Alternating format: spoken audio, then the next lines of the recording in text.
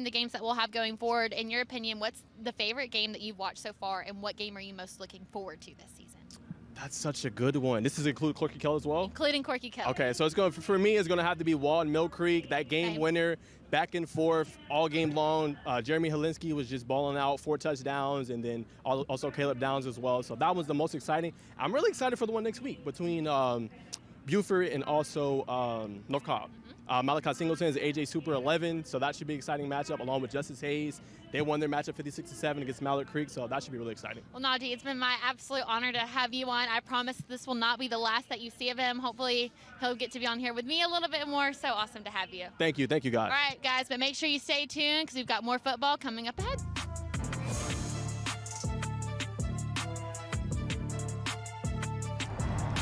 Dang, where you get this car? You need to join the union. The union? Absolutely. Yes, you can get 10 of these. Union construction workers earn the highest wages with the best benefits and the most protection in the construction industry. Find your career in construction. Go to GeorgiaConstructionCareers.com and start your future today.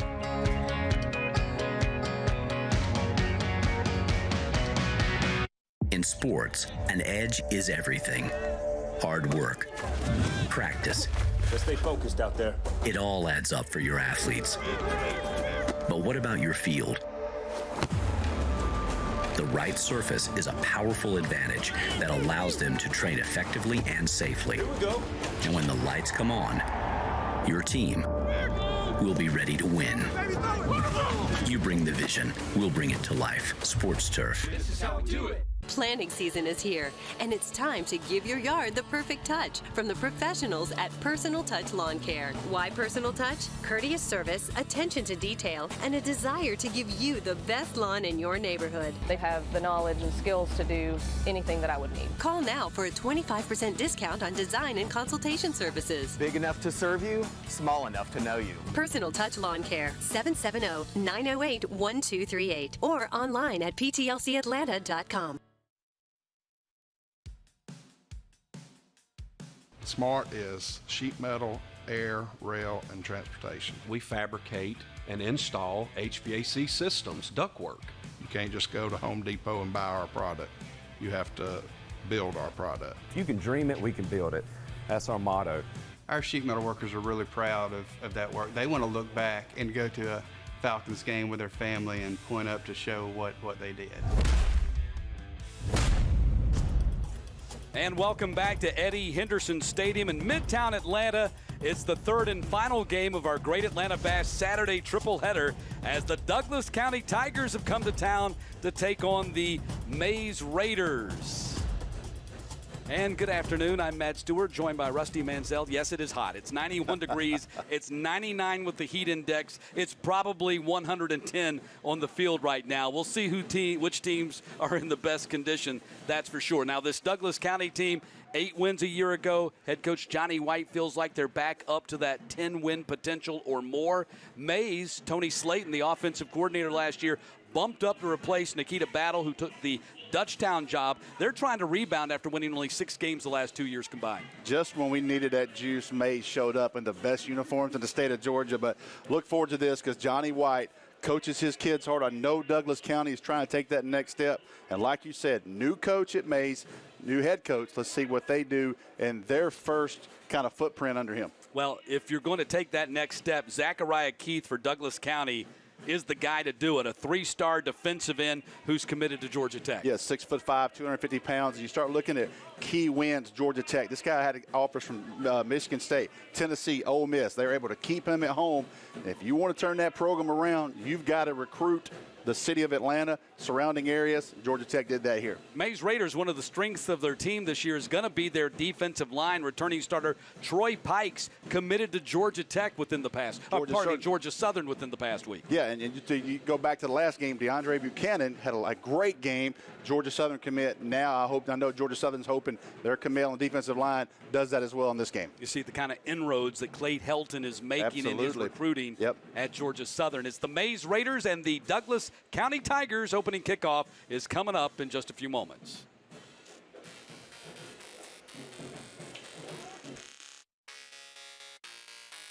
It doesn't matter if this leaks. It don't matter to me, can't see it from my house. Illegal use of hands, improper training. GeorgiaConstructionCareers.com has 14 different highly skilled construction trades with tuition-free training and our certified apprenticeship programs to train you the right way.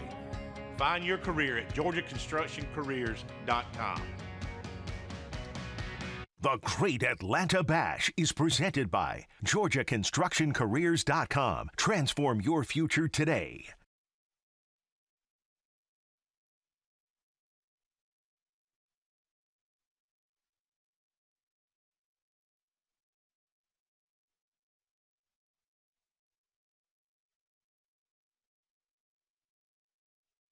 He's getting set to kick things off in the third and final game of the Great Atlanta Bash on this Saturday. And I said it in the open, and it is indeed the key here. It's going to be a battle of attrition. Who can survive right here. These conditions? No doubt. And you had to know that both teams realize what time they're going to be playing and have to prepare all week for that. Coin toss is presented by Score Atlanta. And Mays there in their sweet uniforms that look a lot like the UCLA Bruins. Man, I'm telling you, those are so sweet. Douglas County wins the opening toss. They have deferred. So likely going to see the Mays Raiders here on offense to start this ball game. Mays opened their season last week with a big in-city rivalry victory over Douglas, 35-0. Douglas County also played a rivalry game beating Lithia Springs 52-13 in their season opener. We saw Troy Pikes, number 33. We were just talking about him a few moments ago, committed to the Georgia Southern Eagles.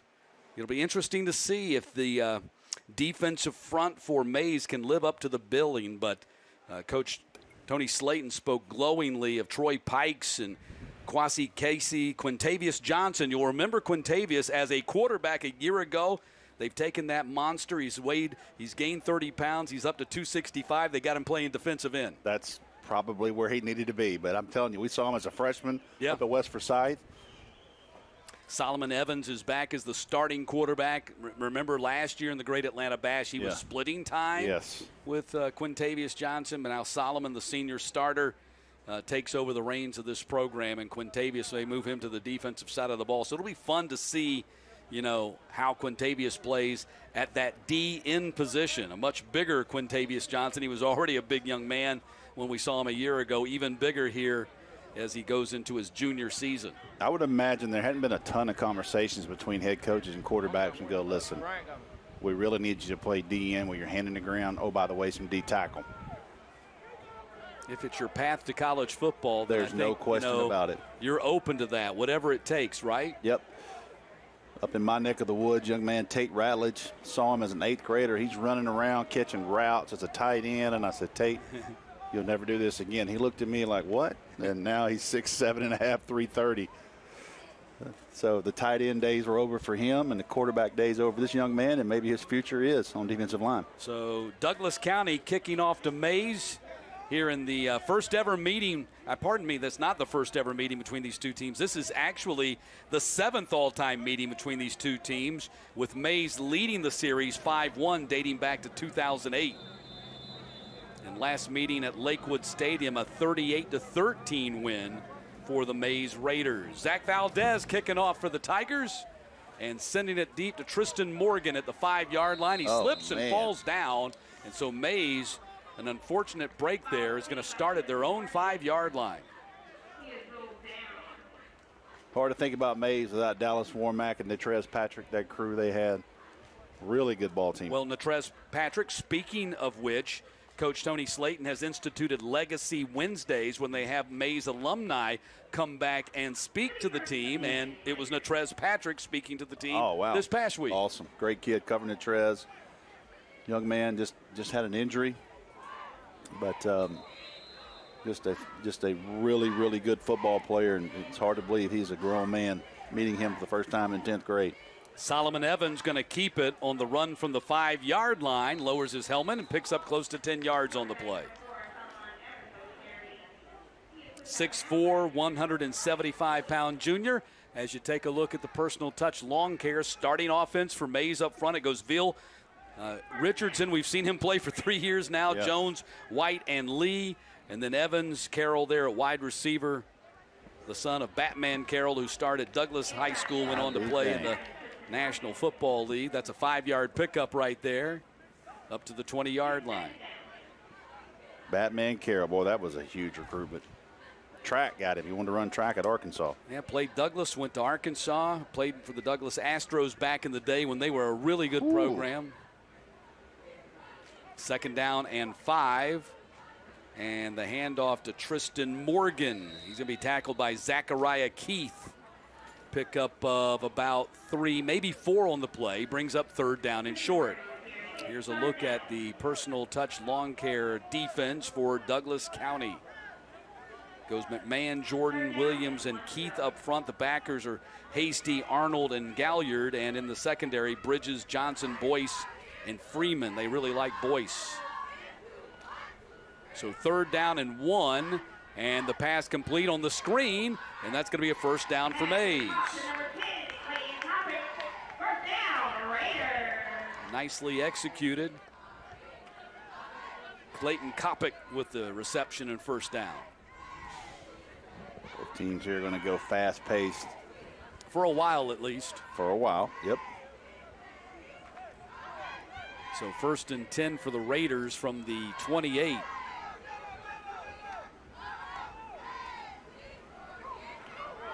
Tristan Morgan on the carry, and a big gain for Morgan out across the 40 up to the 44-yard line. Great job blocking on the edge right here. They sealed this. They sealed. Watch the end here. Watch the block right there. Knocks out 2 guys. So Douglas County has no one on the edge. Terry and George and Israel Boyce making the tackle way downfield. Morgan this time runs into the teeth of that Douglas County defense led by Zachariah Keith. Zachariah Keith, 6'5", 265-pound junior, number 15 for Douglas County. Committed to Georgia Tech, 3-star edge rusher. Basketball guy, plays. He an edge rusher, or is he going to be in the middle? He's going to be this quarter of it, Georgia Tech, he'll be a hand in the ground defensive end. Somewhere else, he'll be a 5 technique. It's kind of like Malik Herron, those type guys. I don't think he's going to be a stand-up, but still at 6'5" and his length.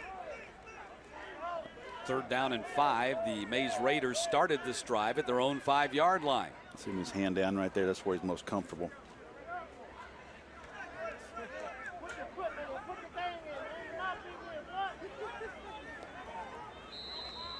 Might have taken too much time.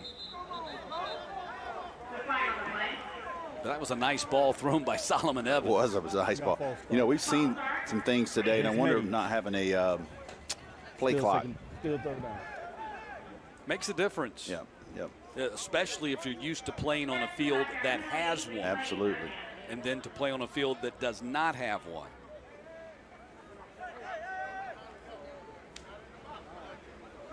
Find yourself looking up at that quarterback position to the end zone and looking for a clock that isn't there.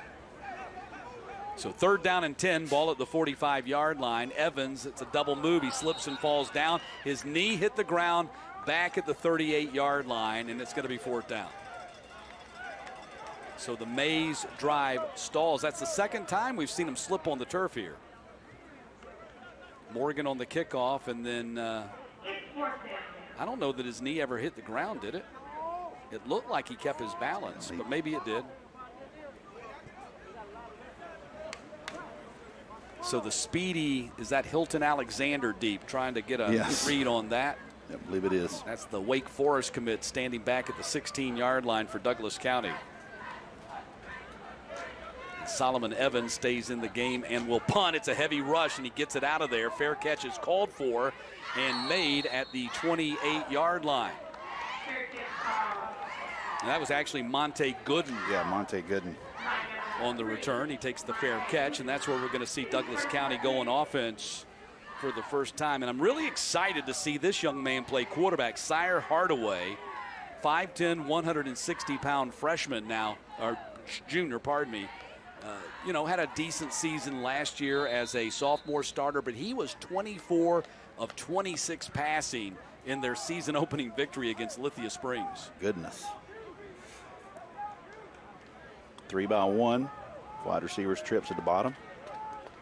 Mays is showing blitz, and they are coming at him. Hardaway throws complete up to the 36-yard line. That's Brandon Ellison with the catch. So we take a look at the personal touch lawn care starting lineups for Douglas County on offense. Travis McMahon at left tackle is a two-way starter for him. Also starts at defensive end. And there's Hilton Alexander, number 2. Wide receiver, big-time playmaker. In fact, Gooden, however, who we just saw on the punt return as the play is blown dead, had just as many catches, over 50 catches last season, as did Alexander in this Douglas County offense. We got encroachment. Mays. 5-yard penalty result in the first down. So a first down for Douglas County. Game officials presented by the Governor's Office of Highway Safety, and Champ Burrows. Champ Burrows. Our referee working this blistering hot third game in the Great Atlanta Bash. Champ will be asking for that 10 a.m. game next year.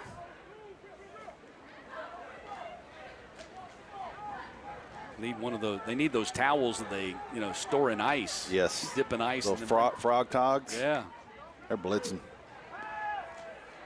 Hardaway being chased, throwing on the run. Got a man wide open. That's Alexander. Slips out of bounds at the 28-yard line, but the flag down, and it looks like it's going to come back.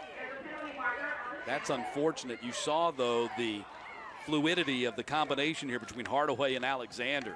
He got Holden. Alexander was wide open behind the Mays corner. Well, no. You got illegal hands to the face. Oh, wow. On the defense. Oh, wow. On Mays. So the play stands. Penalty decline. Wow. First down. So 1st and 10 for Douglas County at the 29-yard line.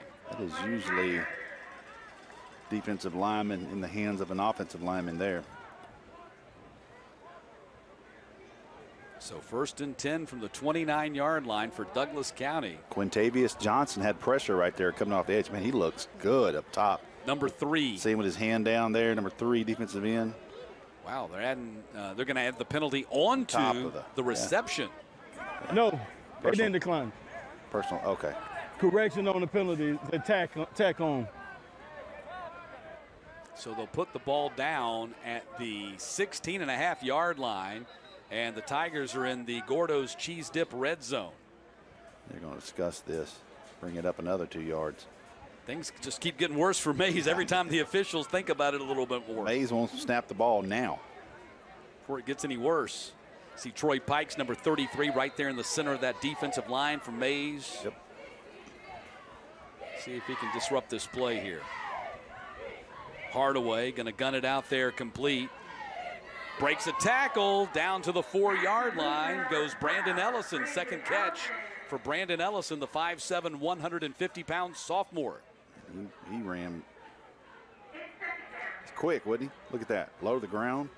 Remember back in the day when the Houston Oilers had all those little small wide receivers with Warren Moot? That's exactly what this Douglas County offense is. All their guys, including Alexander, he's 6 feet. Everybody else is below 6 feet tall. Yep. Johnny White says he's got some big receivers in the pipeline, but they're all underclassmen down further on the depth chart. Hardaway fumbled the ball, picks it up, going to take the punishment for it, drop back at the 5-yard line. Were they under center right there, Matt? On the replay, do we have that replay? Couldn't tell if he was under center or not. Yep, and telling you, these shotgun teams, they go under center in the red zone, it's hard. You wouldn't think it is, but it is. It is. Well, if you don't practice it, you see Pike, Casey, and Johnson up front, Whipple and Glass linebackers, along with Pryor and Potter, Powell, Woods, Barber, and Jackson in the secondary. Swing it out here, complete to Hilton Alexander. Got to beat a man. Gets by him, dives for the end zone, and that is going to be short of the end zone inside the 1 yard line. Great effort by Hilton Alexander. Absolutely. And that is a great play design. Let's just get in the ball. He sees already in motion, so he's got some momentum. Look at the quick feet on him, makes the guy miss. Oh, good call by the ref. Down just inside the 1 yard line, extending for that goal line. So now it's 3rd down and goal from the 1. They go power right side. Got Keith at tackle, tight end right here. Right up the middle, touchdown Douglas County. Sire Hardaway takes it in from 1 yard out, and the Tigers take the 6-0 lead.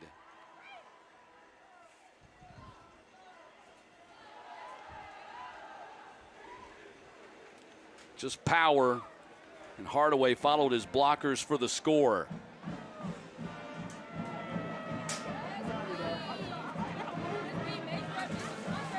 So an impressive opening drive for Douglas County.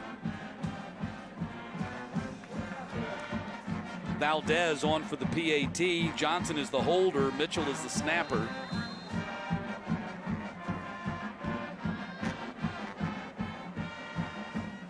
And the kicking apparatus works for the PAT. It's 7-0 Douglas County. Nice opening drive for the Tigers. Douglas County on top, 7-0 halfway through the first quarter.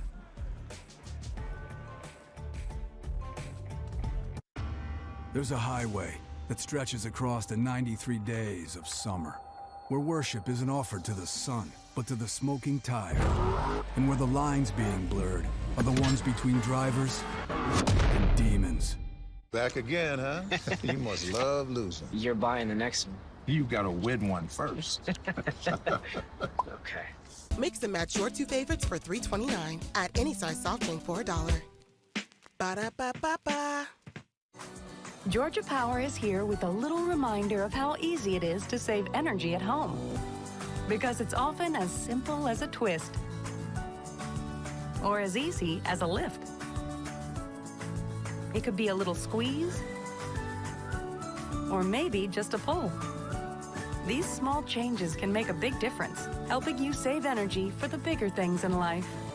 Visit GeorgiaPower.com for tips and programs to help save energy and money. When we shed artificial expectations and choose a simple path, we feel free. Siggy's Skyr, full of protein, less ingredients, less sugar. Less sets you free. There's a highway that stretches across the 93 days of summer, where worship isn't offered to the sun, but to the smoking tire, and where the lines being blurred are the ones between drivers and demons. The GeorgiaConstructionCareers.com Great Atlanta Bash is sponsored by the International Brotherhood of Electrical Workers Local 613, Atlanta's Electricians. Smart Local 85, get your sheet together. Breda Pest Management, the official pest control of Atlanta. The Georgia Sheet Metal and Air Conditioning Contractors Association, careersinsheetmetal.com, building a solid future. And by Sports Turf, you bring the vision, we'll bring it to life. Back in Midtown Atlanta, Great Atlanta Bash in Douglas County has jumped out to a 7-0 lead on the Mays Raiders. Matt Stewart along with Rusty Mansell. Nice drive for Douglas County to get this game started for them offensively. Capped by the 1 yard touchdown by Sire Hardaway. Valdez kicks it into the end zone. Mays will have to bring it out to the 20.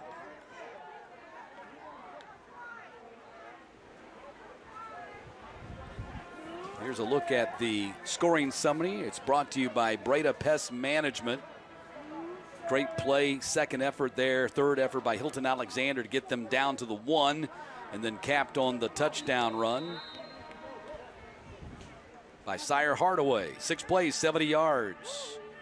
It took over 2.5 minutes to get them there. Solomon Evans going to throw it up for grabs, and it's intercepted at the 43-yard line. Intercepted by Israel Boyce. Coach Johnny White spoke so glowingly of the 5'11", 170-pound junior, and he comes up with a pick here in the first quarter.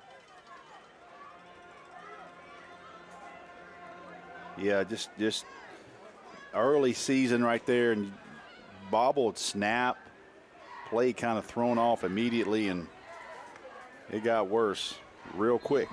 Rusty, let's see if Douglas County doesn't take a shot at the end zone right here. Johnny White, I'm willing to bet, is about to take a shot. Yeah, especially with Sire Hardaway there at quarterback. They got trips receivers to the top of your screen. You got Alexander at the bottom, one-on-one.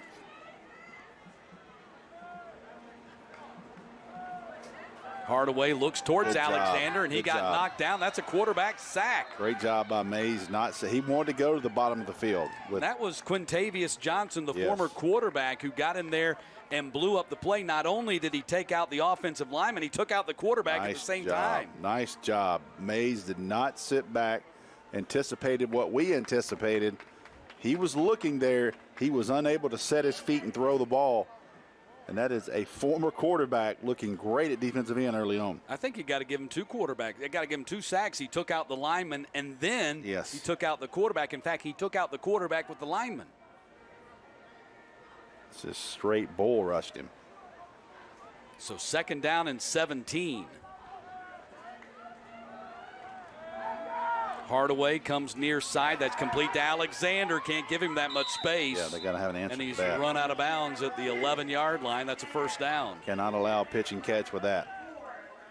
I mean, if you give Alexander this much space, you're going to get burned all day long. Can't let him go find that hole in the zone. Gordo's Cheese Dip red zone again for Douglas County for the 2nd time in this quarter.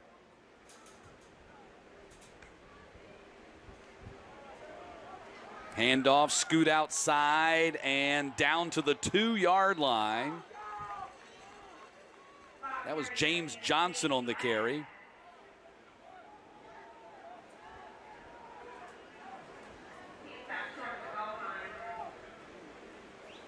They're out without their top running back, Latrell Morrell. He's out with an injury. They hope to get him back in a couple of weeks. They're also missing their starting Mike linebacker, Shakai Woods, who tore an ACL back in the spring, but they're expecting to get him back in a couple of weeks. But they're playing this opener without their top running back, over a 1,000-yard rusher, and their top tackler from a year ago. But they look good right now. Douglas County leading 7-0. Beginning the morning you opened your eyes, we spent every waking moment preparing you for the day you'd leave our nest. Whether it's driving to practice or helping with homework, it's all prepared you for, what am I going to be when I grow up? Will you be ready? After much thought, I made my decision to take my talents to the IBEW Local 613.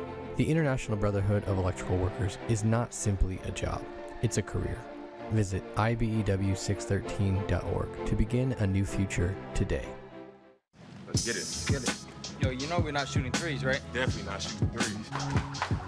Introducing Gatorlight. Stick and move. Rapid rehydration. Ready, Day? Let's do this, Ryan. Plus a specialized blend of 5 electrolytes. See, you learn quick. Watch out. You rehydrate well, too. Gatorlight. Rapid rehydration. All G. The GeorgiaConstructionCareers.com Great Atlanta Bash is sponsored by the Atlanta Journal-Constitution. It's worth knowing what's really going on. The Governor's Office of Highway Safety. Seatbelts save lives. The Governor's Office of Highway Safety reminds you to buckle up before every trip. Gatorade. Fuel tomorrow. The Mechanical Trades Institute. The best-kept secret everyone should know about. And by Personal Touch Lawn Care. The smallest details make the biggest difference. 4:43 to play opening quarter. Douglas County threatening to score again as they have it. 1st and goal to go inside the 5-yard line. Stopped at the 1. James Johnson again on the carry.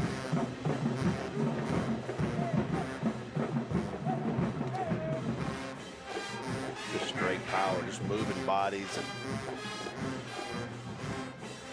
they are big on that right side. Look at that. They go right there, too. Touchdown. And second time in a row, they have run that play for the touchdown as Hardaway takes it in for a 13-0 Douglas County lead. They have no answer for that right now. Cannot turn the ball over. Douglas County capitalizes, goes up 2 touchdowns early, Matt. So Hardaway, after the interception on defense for Douglas County by Israel Boyce, turns it into points and a 2-touchdown lead for the Tigers here in the first quarter. Zach Valdez on for the PAT. And he sticks it up and in. 14-0 Douglas County on top.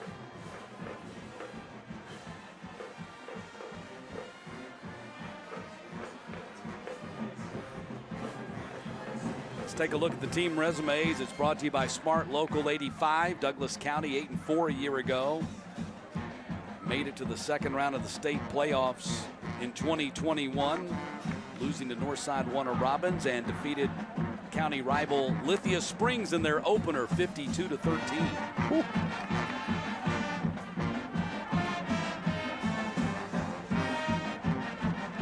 Corey Jarvis, who coached the Mays Raiders to the state championship game in 2014, is the coach at Lithia Springs now. He's trying to turn that program around. And he's got the numbers up. It just, trying to get the culture.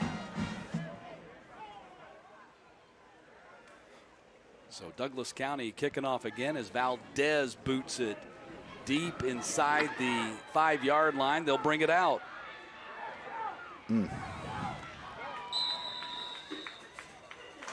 Take a look at the scoring summary. It's brought to you by Breda Pest Management.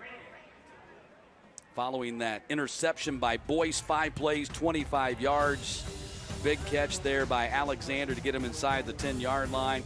And then Hardaway takes it in from 2 yards out, his second short rushing touchdown of the day. And when I say someone has opened the oven door, someone has opened the oven door. And turned it on full blast on broil. When you can go bake or broil. This is on broil. Yes. Good run there. Nice run. Solomon Evans up to the 33-yard line.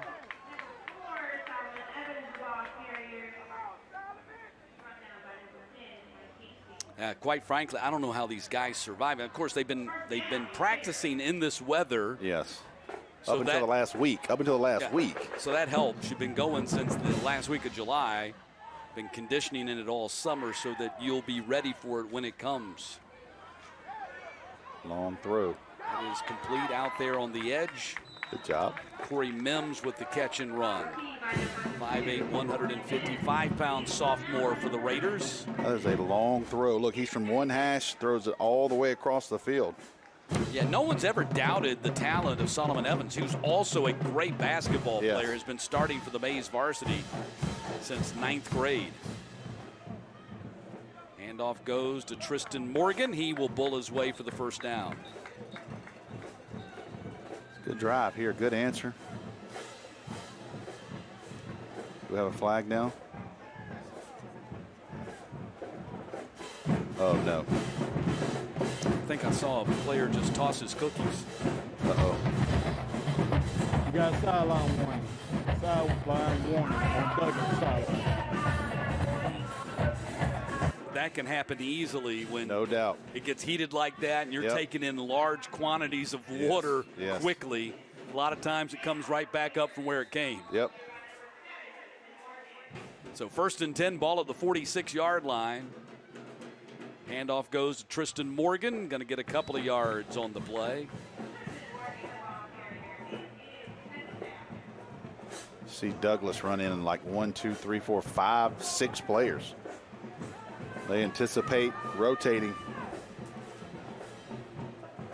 Got a deep defensive line. See number 58 right there in the middle, Corey Jordan, 6'3", 320 junior. Evans keeps it, and he's going to go down. He was facing Larry Walker right there and decided to take the turf instead.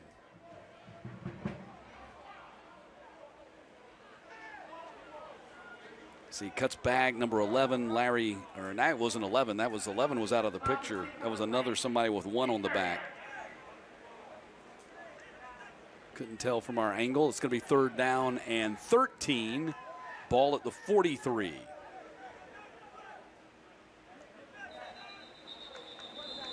I think we got a defensive offside. Yeah, the corner come up on the slot and was pressing him, but I think he came too far. Neutral zone infraction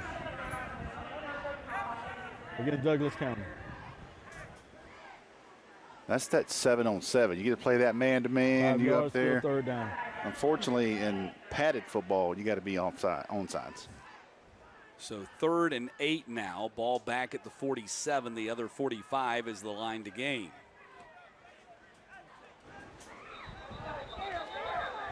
And I think Douglas County might have gifted him another 5 yards. And that's going to drive Johnny White bonkers. Nope, it's going to be on Mays. We false start against Mays.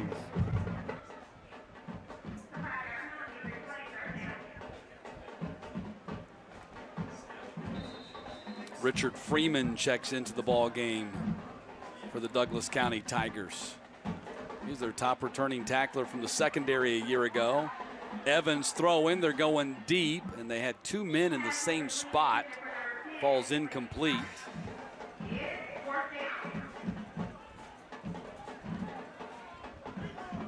I believe Ryder Wade was the intended target. 4th down punting situation for Mays.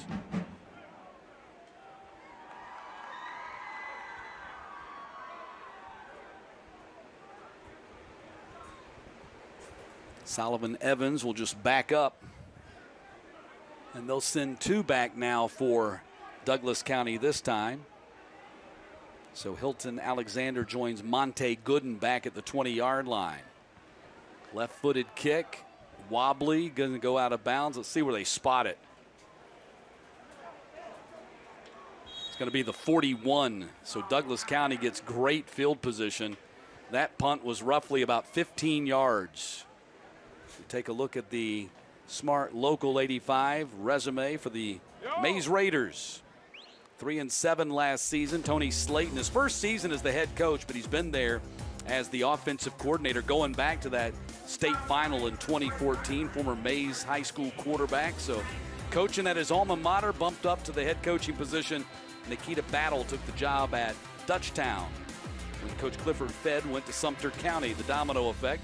And they opened the season with a 35-0 win over Douglas last week. Hardaway throws complete. Oh, boy, good call. Sideline, 1st down and more. Still on his feet all the way down to the 26-yard line. Flag down at the end there. Is that a face mask or? That was Chris Morgan on the catch and run.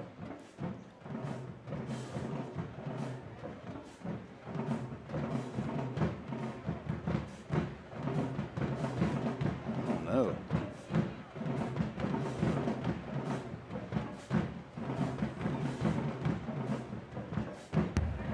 We got face masks against the offense. Well, you don't see that call much. You see it happen a lot, but you don't see that call much.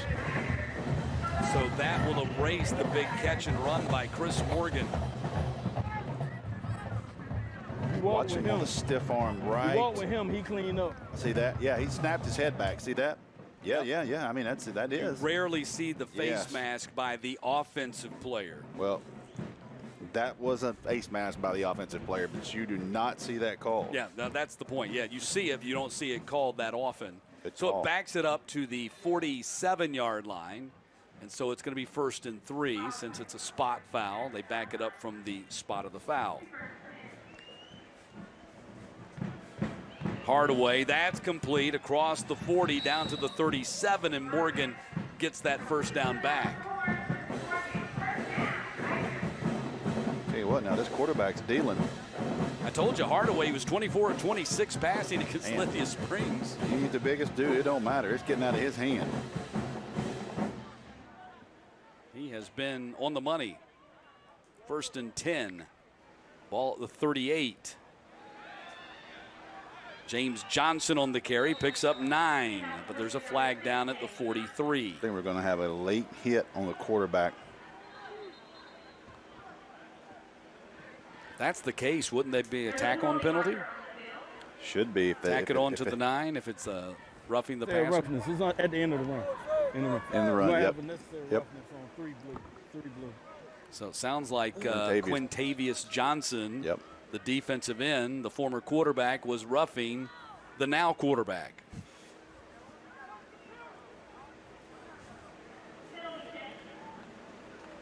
Unsportsmanlike conduct on blue. Unnecessary roughness. I mean, we've played 11 minutes of this game, and it seems like it's been played inside the 30 on Mays' end the entire game. And it feels like Douglas County's run 75% of the snaps on offense, Yes. too. It's 1st and 10 from the 14. Hardaway slings it out there to the side. And Monte Gooden down inside the 5-yard line, down to the 3. And that'll be another first down for the Tigers. It's a great block by the. Watch this left tackle. Watch 54 get out here. Watch 54 at the top of the screen on the corner. See that? That's what makes that play go.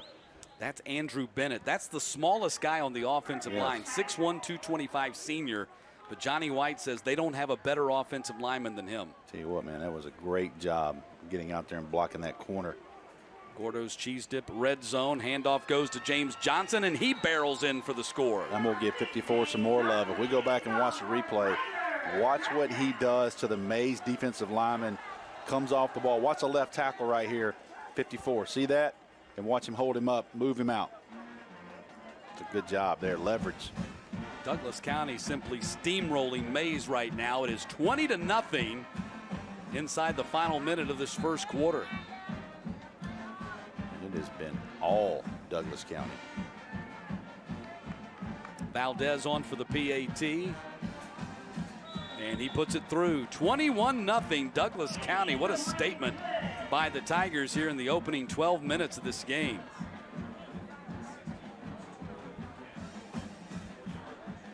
Boy, they have looked good tonight. Today. Not tonight yet, but today they've looked good.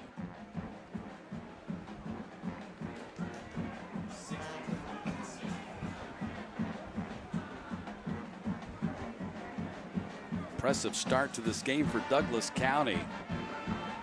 3 possessions, 3 touchdowns.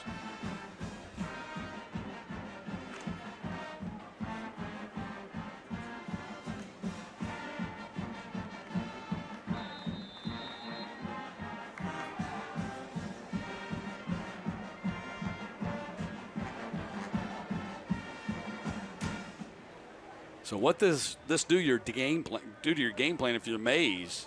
Well, I mean, you're still early in the game. Right now, you're self-inflicting a lot of things. You got to get that fixed.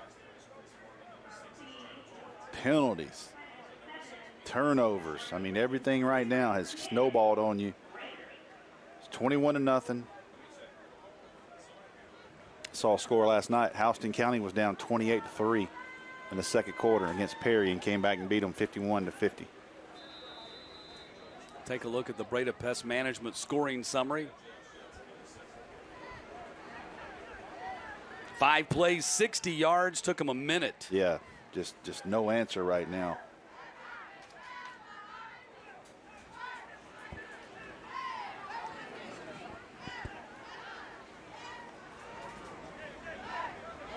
Handoff goes right up the middle. Uh-oh. Tristan Morgan, one man to beat. It's Boyce. Boyce has the angle on him and gets him on the ground at the 17-yard line. That's how you answer. Stay within yourself.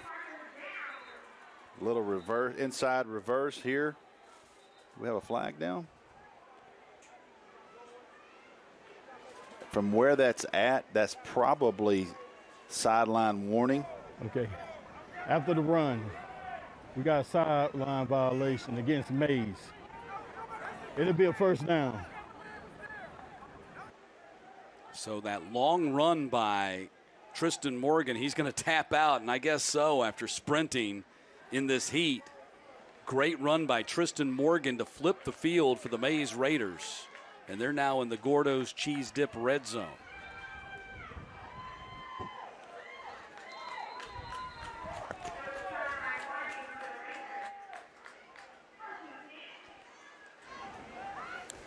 Evans sprinting to the outside, going to get slung out of bounds by Larry Walker on the final play of the first quarter. So it's been all Douglas County in the first quarter, but Mays here in the last minute of the period showing some life, and they'll have it in scoring position when we get back for the start of this second quarter. Hardaway, a couple of touchdowns, a big interception by Boyce sparked the 21 points for Douglas County in the first period.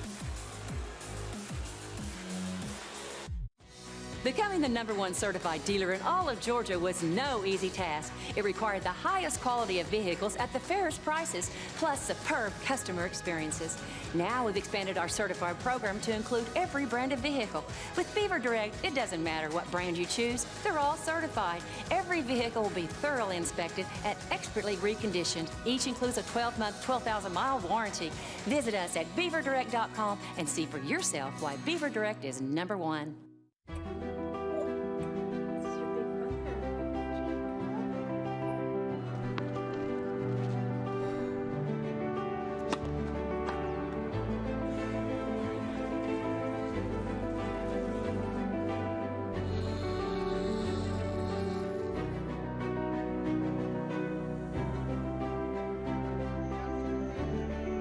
For a healthier future together, look to Northside Hospital.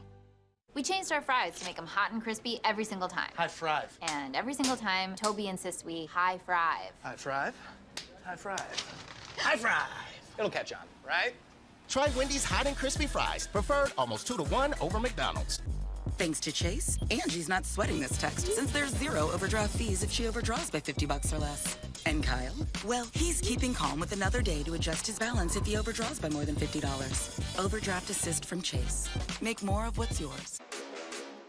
Start of the second quarter here in Midtown Atlanta. Mays threatening to score for the first time as they have it 2nd down and 9 from inside the 15-yard line. A big run by Tristan Morgan setting them up here to maybe get their first touchdown of the game. Solomon Evans going to step up in the pocket, and he's in trouble, going to go down and take a quarterback sack. Zachariah Keith helping to yank him down from behind.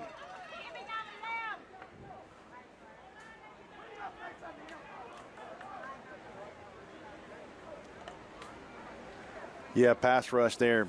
The cover sack. Nobody's open. Eventually going to get to you. The Douglas County defensive line gets there. So 3rd down and 13. Let's see what they got on this long yardage play. Oh, my goodness. Penalty.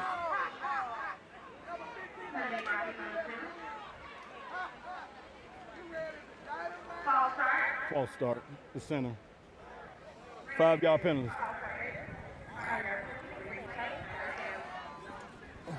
So you had it 2nd down and 8, and now it's 3rd and 18. Yeah, I mean, they're just self-inflicting right now. I mean, the Mays is, 2 steps forward and 3 steps back. Huge run, chunk play, and they've just went backward since. This puts them in a situation they're going to have to go for it on 4th down if they can't convert here. Pass to the end zone and caught for the touchdown. Nice job.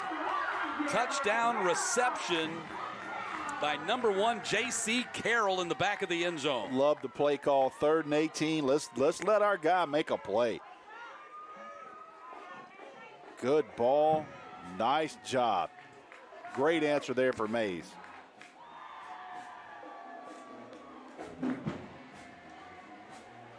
(21-6). J.C. Carroll, the 6'1", 175 senior wide receiver.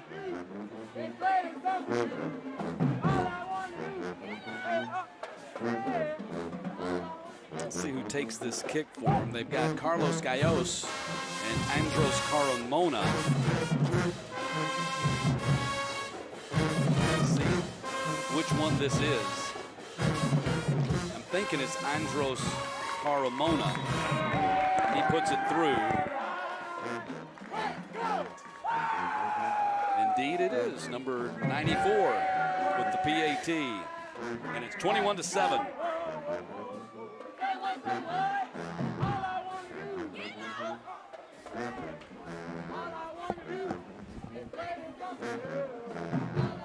Mays cuts into that Douglas County lead after the Tigers had scored on every one of their possessions. Yep, great answer. In the first quarter.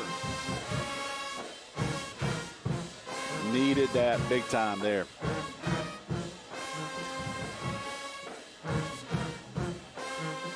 Third and 18. Just, I love the call. Let's let our guys see if he make a play. No doubt about it. Used the big arm of Solomon Evans, which he certainly has, and just dropped it right in over the cornerback Richard Freeman's head for the score. Yep, great throw.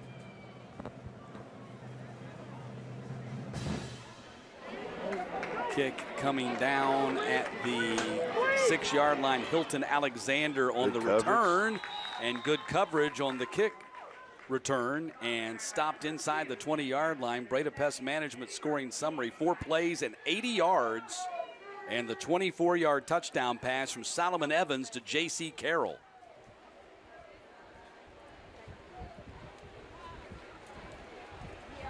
So let's see if the Mays defense can come up big here. Let's finally slow down this Douglas County offense. Now, Douglas County also has benefited from great field position in the first quarter. You got some momentum. Offense answered for you. You've got to get a stop right here for Mays. Sire Hardaway, the sharp quarterback for Douglas County, going to go to the air, and it's broken up. Trying to go to Hilton Alexander right there, and Jalen Woods, the corner, separated him from the ball.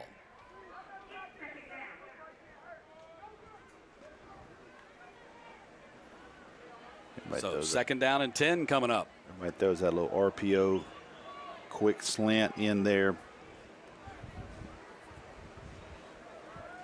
Very common play.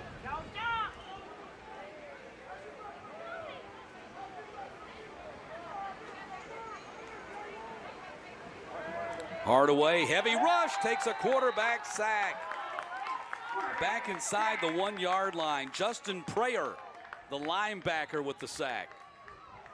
That time he beats 54 with an inside move. One-on-one.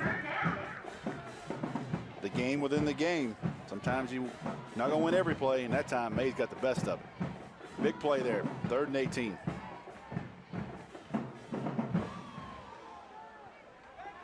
So the Mays defense coming to the aid of the offense here on this series, setting up a screen pass, and it's going to be incomplete.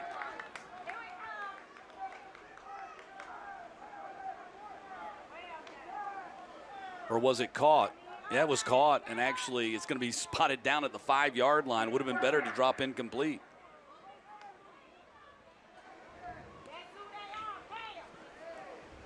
No, they're going to put it back at the 8. Okay. So Zach Valdez punting out of his own end zone here in the goalkeeper's box. Yeah. Suddenly, Matt. Yeah. Pretty big momentum swing. You get a big play from Solomon Evans and J.C. Carroll, kind of opens the door for you to get something going. Defensively, sparks those guys. Now you get a 3 and out. You're going to get good field position out of this unless you do something to botch it up. And a timeout's going to be called. We got a timeout.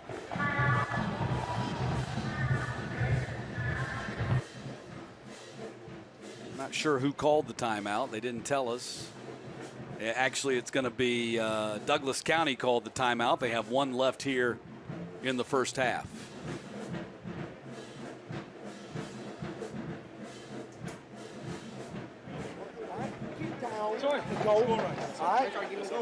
See Coach Tony Slayton there coaching up his guys.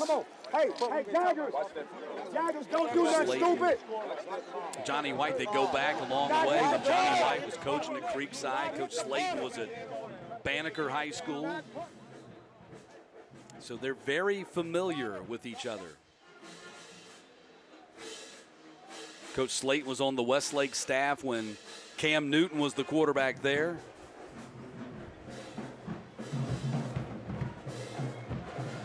So he's seen some talent in his day, coached some talent in his day. And this is a pretty talented Mays team, too. Despite the fact they fall behind 21-0, this is a pretty good Mays team that we've seen. from a talent standpoint. They got to clean up the mistakes. Valdez punts it out of there, high into the air, going to hit at the 28 and bounce sideways. So Mays, outside of blocking this kick, gets excellent field position as they're going to take over at the 28-yard line. So Mays with an opportunity to get back in this game, playing with a short field when we get back. Sweetheart, please don't forget to wear your seatbelt. I got it, Mom. It's a really nice day, living in the right space. Breathing your grace, got me feeling some kind of way.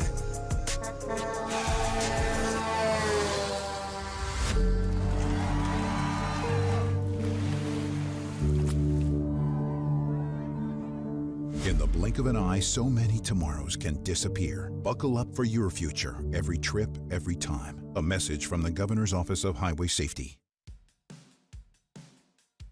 SMART is sheet metal, air, rail, and transportation. We fabricate and install HVAC systems, ductwork.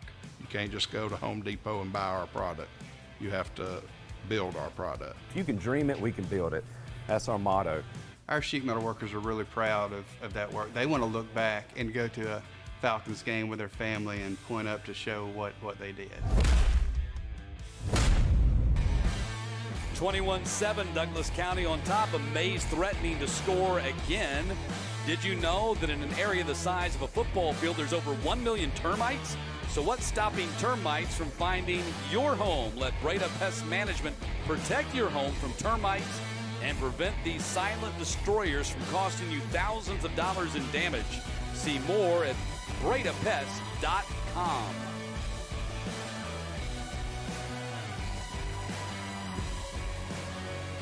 Matt Stewart and Rusty Mansell with you on a smoking hot day in Midtown Atlanta.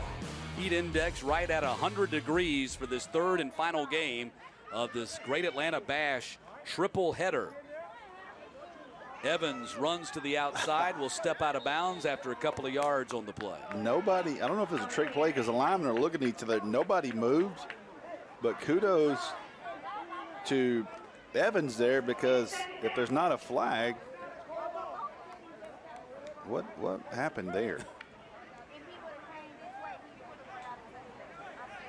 The offensive line, hands on hip, they're trying to figure it out too. I mean, did he gain 4 yards? He gained 2, second down and 8. Okay.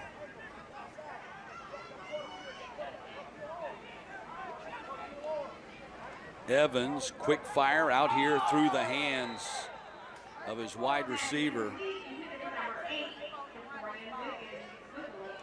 That's the first time they've thrown the ball to Jaquarian Wiggles. Wiggles, his brother. His big brother Quay. UTC. SoCon all-freshman honors last year on the defensive line for the Mocs. Good player. Yeah, he had a big season for Tennessee last year. And Jaquarian supposedly is the more athletic of the two, 6'4", 185 junior. Evans scrambling. Got some space over here on the right side, lowers his helmet like a fullback, and picks up the first down at the 14-yard line. What you like right there. Get that big man rumbling, get that big man out on the edge and downhill.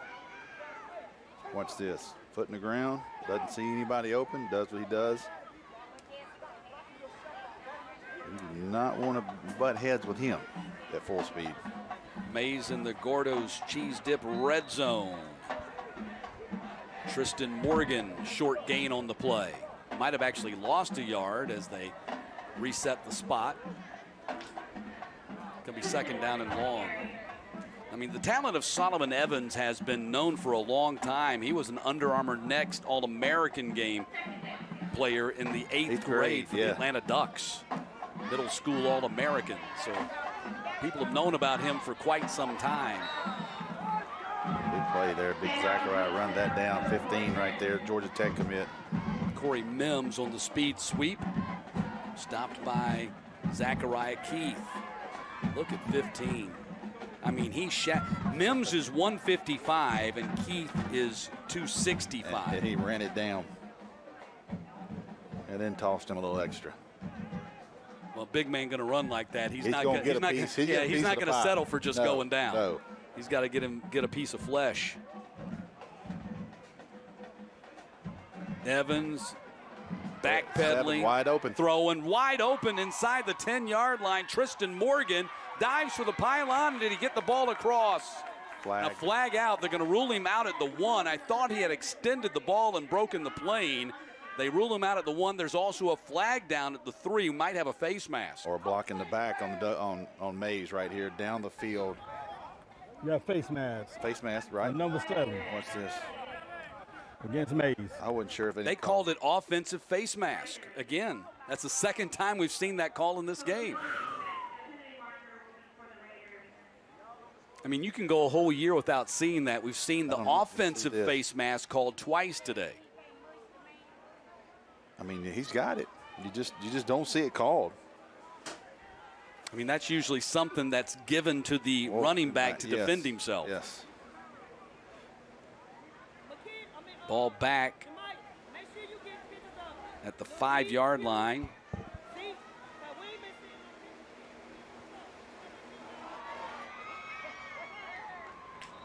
Short gain on the play.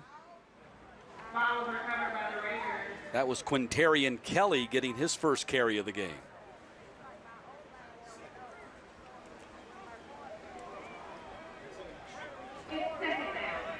So second down. They can still pick up a first down without scoring the touchdown. The line to gain is the 4.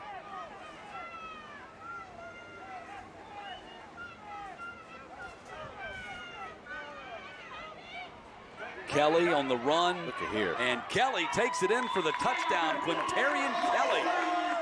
And Mays back in this game. It's 21-13. Wow, what an answer by Mays on the last 2 drives. Defensive stop, 2 touchdowns, good blocking up front. That's just easy for 6. This team has been a different team since they threw that touchdown pass in the end zone on that long 3rd and 18 Third play. and 18.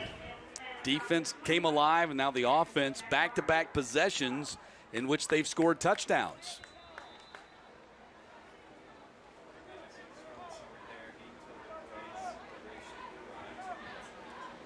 The PAT is up, and it is good. So 21-14, Mays back in the game. Looked like Douglas County, Rusty, would run them out of the building, but Mays has responded here in the second quarter. They've answered with these uniforms.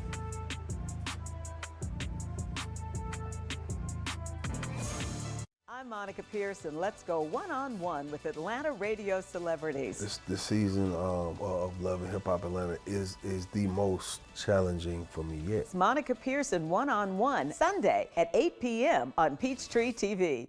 We're raising money to continue putting books into the hands of kids in need. Join us this Friday at Duncan's 200th store opening in Cumming and get a free donut when you make a donation to CBS 46 Cares Books to Kids. Tongue Torch, Zax Sauce? Tongue Torch and Zax Sauce? With Zaxby's Chicken Finger Plate, the question is not will you sauce those hand-breaded fingers? The question is, can you get extra napkins?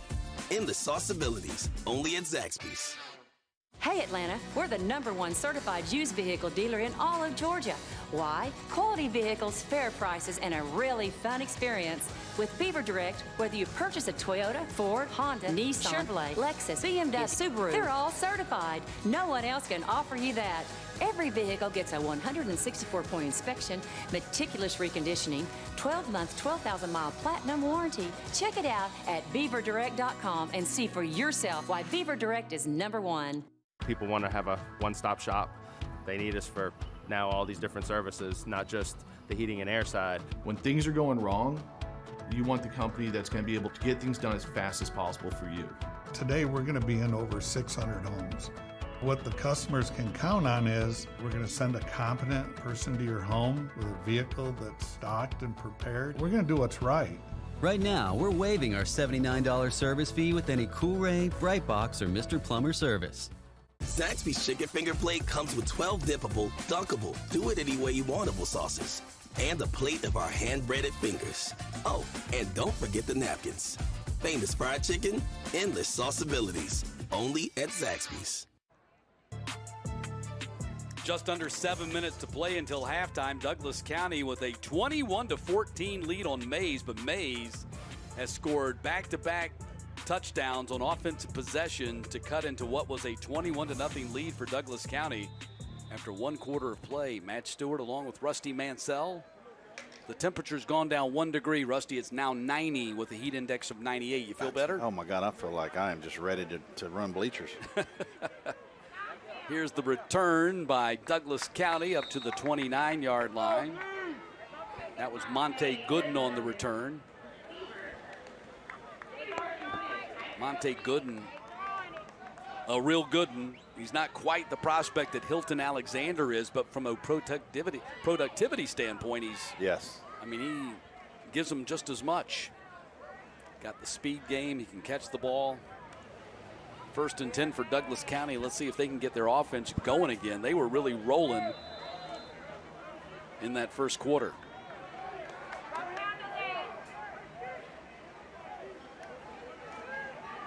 Oh, great play. Hardaway goes back to the other side. They got ISO coverage. Man. Broken tackle down the sideline. Oh, wow. That's going to be a long touchdown for Douglas County. Beautifully executed. Chris Morgan takes the distance, but there's a flag down on the field. It's on you, 12.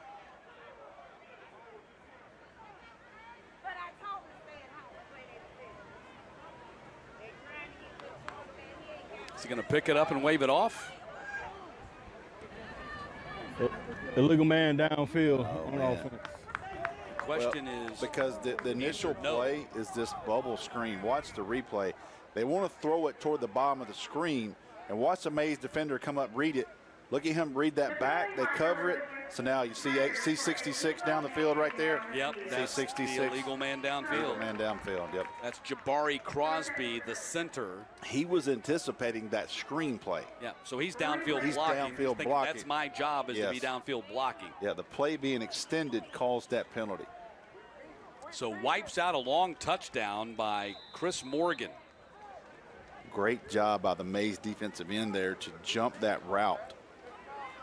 So 1st and 13 instead of 6 on the board. James Johnson with the carry, and Johnson up to the 36-yard line. Gets a nice chunk of it back.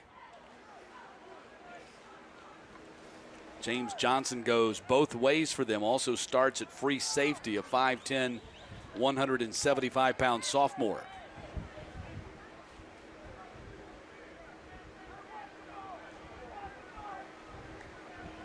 Pressure coming off the edge. Hardaway gets it out of there. That's another completion and another long run down the sideline. And there goes Morgan again. And touchdown. Chris Morgan this time not called back. 27-14, and Douglas County with a quick answer to the 2 touchdowns by Mays. That's just a quick little flare to the sideline that Chris Morgan turns into 6.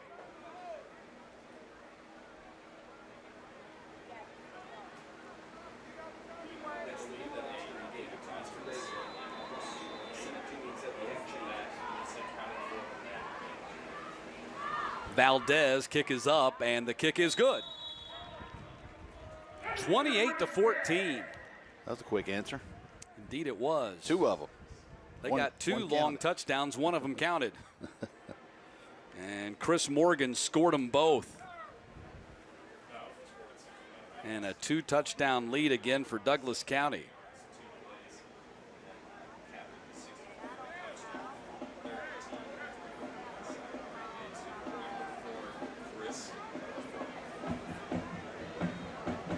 So we'll see how Mays responds to that. That's a little bit deflating there, Rusty. Oh, my gosh. After you grab some momentum, and Douglas County, like a snap of the fingers, gets 7 points right back on you. Well, you give up 7, and then the penalty helps you, so you get it back, get them negative play behind the chains.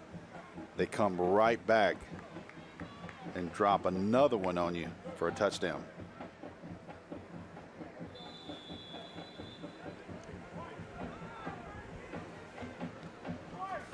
Valdez will kick off. Coming down at the 13-yard line. Oh, my goodness. What a... Big chance right here. Has the kicker to beat and cannot get by him, and another, but tackled at the 45. A great return right there by Clayton Kopic. I hope we have the replay. Watch number 3 in the middle of the field. Watch number 3 right. Missed it. Oh, he made a pancake block that gave just enough the lane. Quintavious Johnson, defensive end, CDC 3 right there. Bam, see that lick? Freed him up a little bit. Big time hit by the quarterback, former quarterback, defensive end. Big return by Clayton Kopic. Gets him the ball on the other side of the 50 at the 44. Handoff goes to Morgan. Tristan Morgan gets about 2 on the play.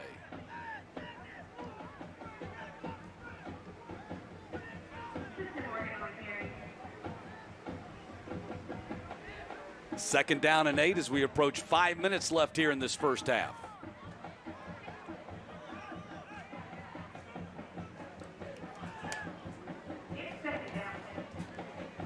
Play action, Evans rolling, little toss pass complete to Kelly, and Kelly down to the 25-yard line. Quintarian Kelly picks up the first down for the Raiders. Nice answer. All right. Already back down here close to the red zone. It's a good read right there. Made that defender choose between guarding him and pressuring the quarterback, and when he pulls up, he just drops the ball in right behind him for a big game.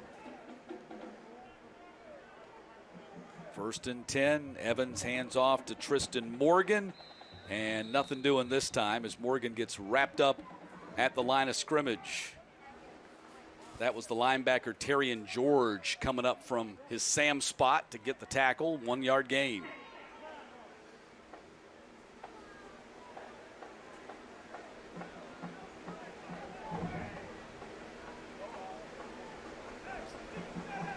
Second down and 9 from the 25. Mays right back here in business after giving up the long touchdown, and Tristan Morgan, play gets blown up in the backfield.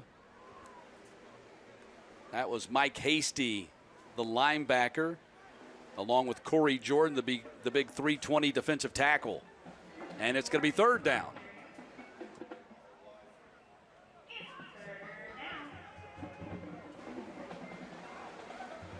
Third down. Line to gain is the 17.5. Evans scrambling. He's being chased by Keith. Dumps it off. It's complete at the 20 and driven out of bounds at the 19.5-yard line. And close to the first down. Going to bring up a fourth down and short as Justin Prayer makes the catch.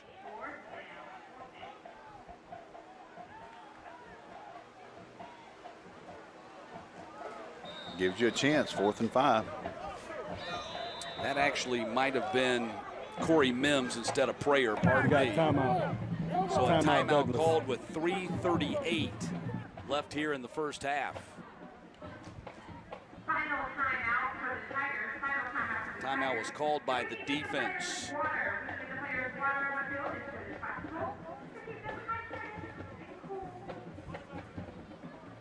Let's take a look at the Rough Draft Maze schedule.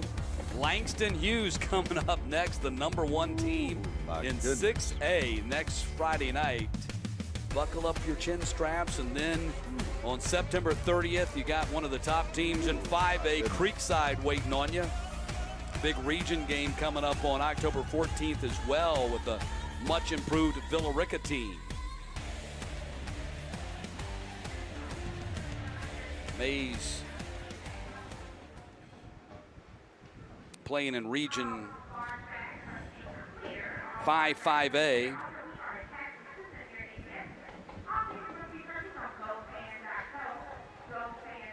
And Douglas County playing in 6A this year, so fourth down here. 4th down and 4.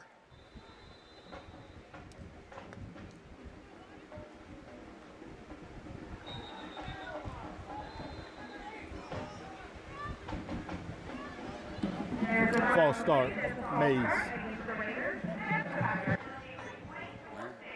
Now it's going to be 4th down and 9. Line to gain still 17.5-yard line. But don't forget, it was on 3rd down and 18 that they scored their first touchdown. And took a shot. And I can tell you right now that Douglas County will play man-to-man. And they're man-to-man at the bottom, too, with no safety help. If he gets off this coverage at the bottom, it is one-on-one. 4th down, Mays going for it. Evans rolling to his right, throws downfield, and it is caught at the 13-yard line, and that is going to be a 1st down catch by J.C. Carroll. They called him out of bounds, and his hat is off, so it tells me that he came out of bounds. And came back in. Which you can't do, so the ball will go over on downs to Douglas County. You can't be the first person to touch it, right? The rule. Yeah. So he goes, the way his hat is off. Yeah, see, he's coming back in, but the referee on that side throws his hat off. So the ball goes over on downs as Mays fails on 4th down. And with 3.5 minutes left in the half, Douglas County goes back on offense.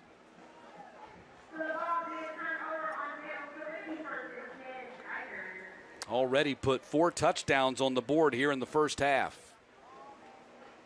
What do you think of Sire Hardaway? I mean, he it gets out of his hand. He's got a live arm. He fits into that category of, prospects you hadn't really heard about yet. Hilton Alexander, we've heard of him. And Alexander picks up 5 on the play after the quick throw and catch. 5 years ago, you look at him and he's got no chance of playing college football. Yeah. Now there's no hesitation. Like, okay, he's 5'10", 5'11", good arm. Where does he fit in? Might weigh $165 right now. Yeah. And I think that's great for college football. Absolutely. It's opened so many doors for players in the past that simply were just ignored because of their size. 1st down run for Douglas County. That was C.J. Carrington. First carry for him today. 5'11", 190-pound sophomore. They were expecting to lean on him a little bit more. At least that was the thought of Johnny White coming into today. Again with Latrell Morrell, their top running back from a year ago, still out with injury. Suffered a broken collarbone, I think it was, and they're hoping to get him back soon. Down the sideline, caught over the shoulder by Monte Gooden. That is a touchdown for Douglas County.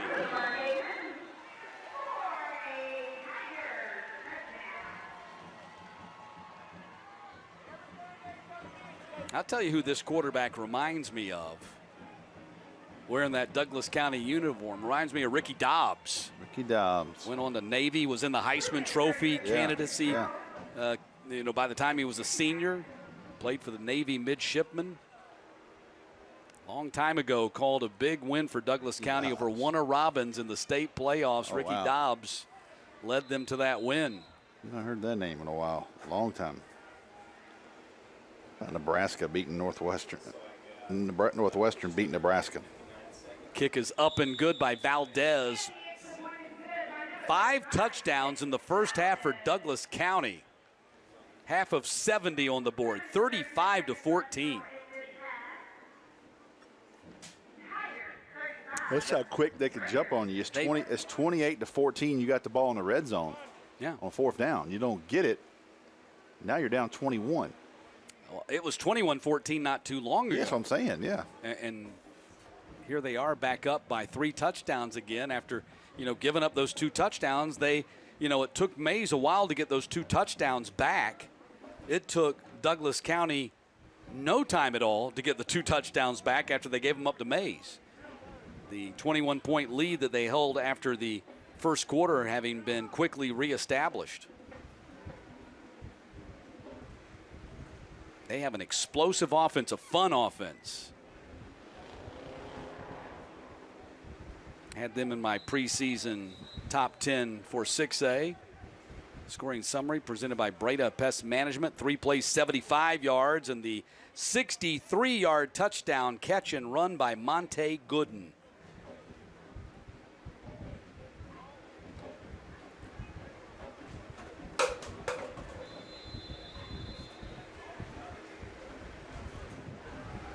So Hardaway has accounted for 4 of their 5 touchdowns, 2 rushing and 2 touchdown passes. Kick is taken just shy of the goal line and returned from the 2-yard line. Did not make it back to the 20.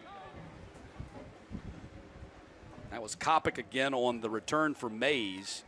So the Raiders go back on offense. 2:24 left in the half, and again they're down 3 scores, just as they were at the end of the first quarter.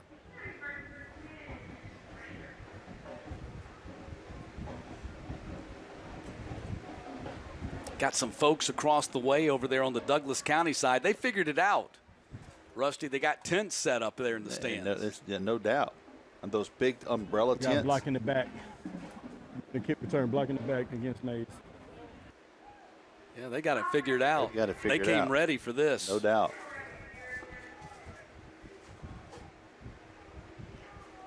Block in the back puts Mays back at the 7-yard line.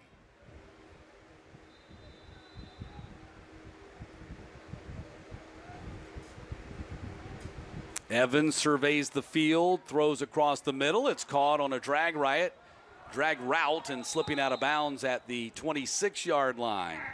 That was Corey Mims and a first down for Mays.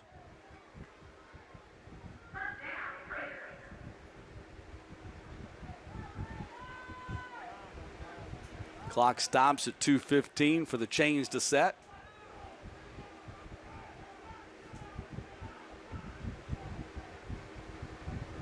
Evans rolling to his left and going to throw it before he gets to the line of scrimmage and picks up a first down. A bullet pass to the sideline. Jeremiah Worthy with the first down catch.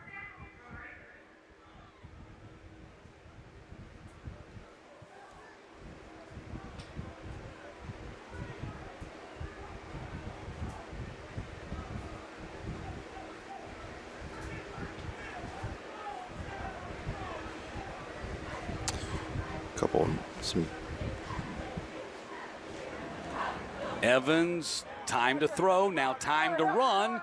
Picks up the first down and more and steps out of bounds. Picked up a 20-yard gain. Last couple yards there. 20-yard gain, stepping out of bounds at the 40. 1:55 on the first half clock.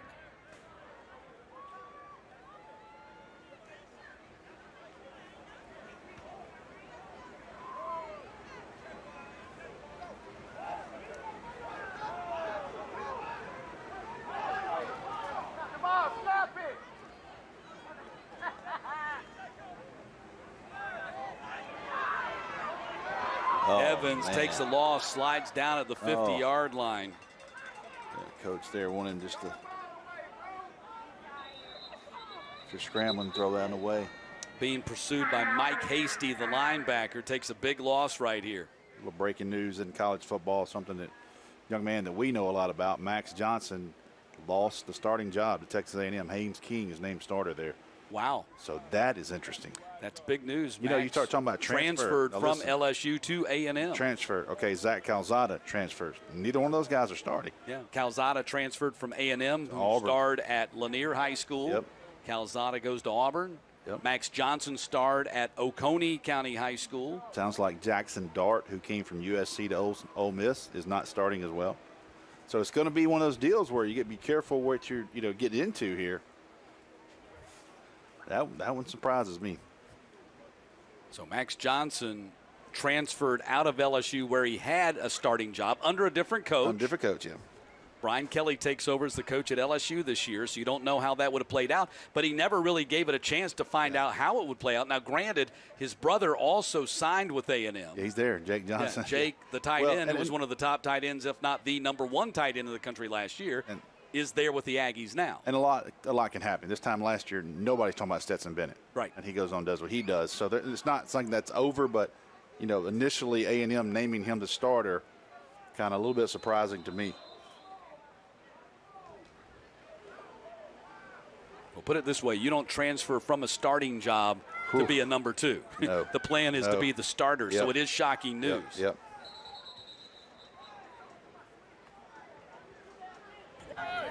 We got false start on Mays. But I think that leads to a little bit of transparency in college football, because I think people naturally assume when a kid transfers, he's been told, you're going to be the number one. JT Daniels. Yeah. You're going to be the number one. Yeah. Transfer here. Yeah. And people say, oh, the coach promised him the job, and that's not the case. Good read right there by the corner. J.C. Carroll got blown up by Freeman, Richard Freeman, the corner. And Mays, after getting the ball all the way down on the other side of the 50, going in reverse here with 1:22 left in the half. You saw the play a couple of plays ago where 54 from Douglas County was able to block the corner. This time, Mays' tackle was not able to block the corner. Freeman beats him to the point of attack. So 3rd down and 25 now. The line to gain is the 30. Evans throws, and it's caught. They get close to all of it back. Going to set up an interesting 4th down as Jaquarian Wiggles comes up with the big 3rd down catch. He dropped it right over the linebacker. They call it layering a ball. So he'd see this. He has to throw it right in the hole. Throws it over the linebacker in front of the safety on the money. 4th down and 4. Ball at the 34-yard line. A minute ago, it looked like, man, they're dead because it's 3rd and 25. Now it's 4th and 4. You got a manageable situation here with 35 seconds left in the first half. Yep. You do have 2 timeouts remaining, so if you can get the first down here, you still have plenty of time to get a score before the locker room.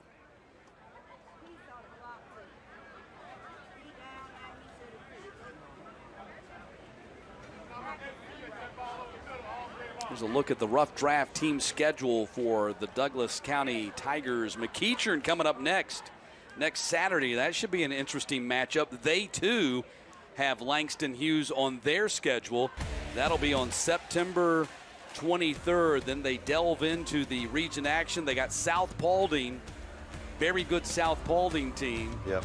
Might have suffered some bad news last night in that loss to Carrollton. Yeah. We wait to see what happens there, but Jamarian Wilcox, Madden Sanker, the quarterback Casey Wiseman, contender there in the region.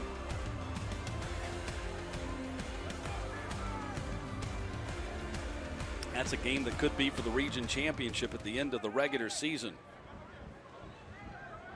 So 4th down and 4.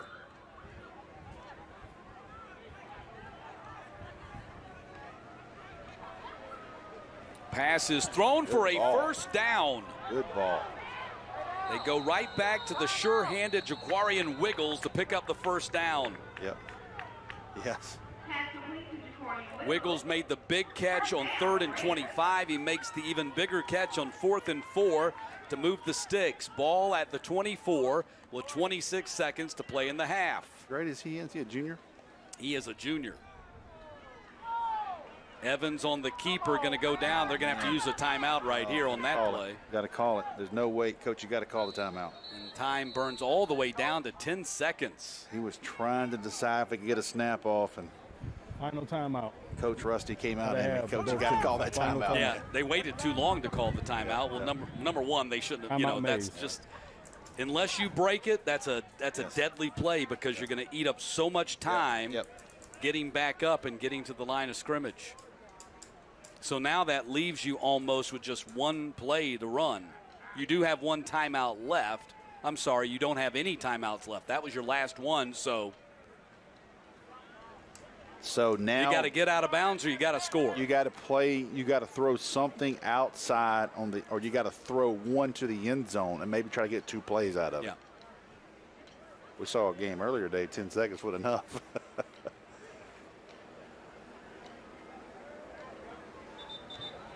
So a little bit of clock mismanagement right there by Mays. Puts him in a bind here on 2nd down and 10. Got all kinds of clouds around us, but none over our heads. Hey, I'm telling you, if we get a cloud right now. We could use a break. Whew. Might be the final play of the half right here from the 23. Evans cranks it up, goes for the end zone. Jump ball intercepted inside the 5-yard line by Richard Freeman. By number 8. And that's going to squelch the final drive for Mays here in the second quarter. Foot down. Foot is down, I think. From what I can tell, it was.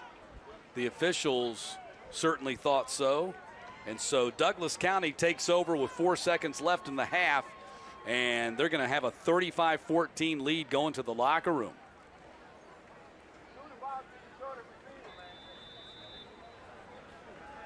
And that's where that play before had put you in a bind. The running the ball, burning up so much time, put you in a bind where you have to go for that play right there. That's a super play by Richard Freeman to deny the touchdown, get the interception. Second interception for the Douglas County secondary. They had 4 against Lithia Springs in their opener, so 6 picks already for the Douglas County defense this season. And the way they play defense, man-to-man, they're confident in their back end. They challenge you. And that is the end of the first half. Douglas County puts 35 points on the board in the first 24 minutes. Mays answers with a couple of touchdowns in the second quarter, but the company of Sire Hardaway and their offense has just been too much for the Raiders in the first half.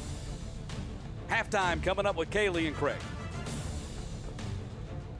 Planting season is here, and it's time to get your yard looking its best. So treat your yard to the perfect touch from the professionals at Personal Touch Lawn Care. Mowing, maintenance, design, and construction. Personal Touch Lawn Care does it all. If my yard is taken care of, it's one thing off my list that I don't have to worry about. Sign up now for monthly maintenance and get the 12th month free. Big enough to serve you, small enough to know you. Personal Touch Lawn Care, 770-908-1238 or online at ptlcatlanta.com. Introducing Gatorade Fit. Fitness starts from the inside out.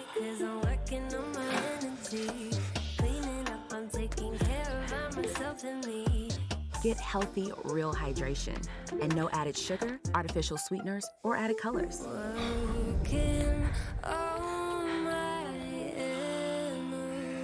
Fitness starts from within. Gatorade Fit. Healthy, real hydration. All G. Welcome to the Halftime Show presented by Sports Turf. We have a Douglas County 35-14 lead over Mays, and I am joined with Randy Beal. You've been in a lot of these promo commercials because you guys have been the lead supporter of what we've been doing here. Talk about GeorgiaConstructionCareers.com, all the different groups of it, the engineers, the sheet metal, all that. Yeah, so we're representing 14 different unions that are 19 different affiliates. So everything in the construction industry, we represent them as far as a construction union. Mm-hmm. And one of the things that you've been involved in is the MVP trophies, which has been great. That's something we haven't done the years past. We haven't done it at Corky, but it started with the Robbie Hunter MVP during the Corky Cal. Now it's the GeorgiaConstructionCareers.com MVP. Let's talk about what that's been like, just to kind of cap the top performer from these games and be able to present those really beautiful plaques. Yeah, it's been really great. We wanted to do it on behalf of the Hunter family, first of all, from our family and the construction unions to their family and their loss that they had with Robbie. And then to carry that on throughout the Atlanta Bash and now, moving into next week, the drive to the championship as well. So it's just happy for us to be able to do that and give back to the community. But so it's been good. And I have a question for you, Craig. So I know you're a great on-air talent. I know that you're a terrific writer as well. But if you had to choose a construction career, what do you think you would have been? You see, I'm afraid of heights. You mentioned that building up there in the skyline that you worked on. That's a no for me. So I don't know, maybe an engineer. I think that would be fun. All right. Well, there you go. Well, I believe we can have an opening for you whenever you want to come over. Yeah, absolutely. But I just wanted to know, and thank you. Craig, you've been great. The whole team here has been awesome. Ashley producing, and just the entire group. I just want to say thank you to everybody that's been involved with the Corky Kill and the Bash. Looking forward to what we have coming up. Yeah, and what's crazy, you've been to 15 football games already this year. So you've been to a full season these first 2 weeks. And my wife as well. Yes. So she's the best. That's awesome. All right, we'll be back on the other side. Go to the Douglas County Band first.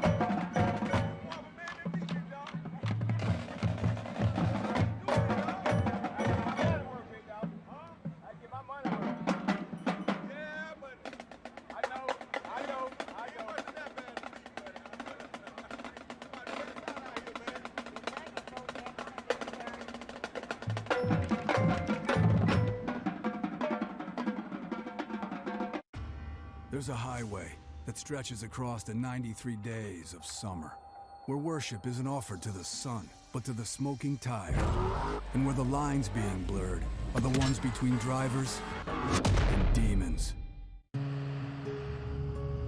Sometimes it's the little victories that mean the most. Those everyday celebrations that bring a smile to our faces and joy to our hearts.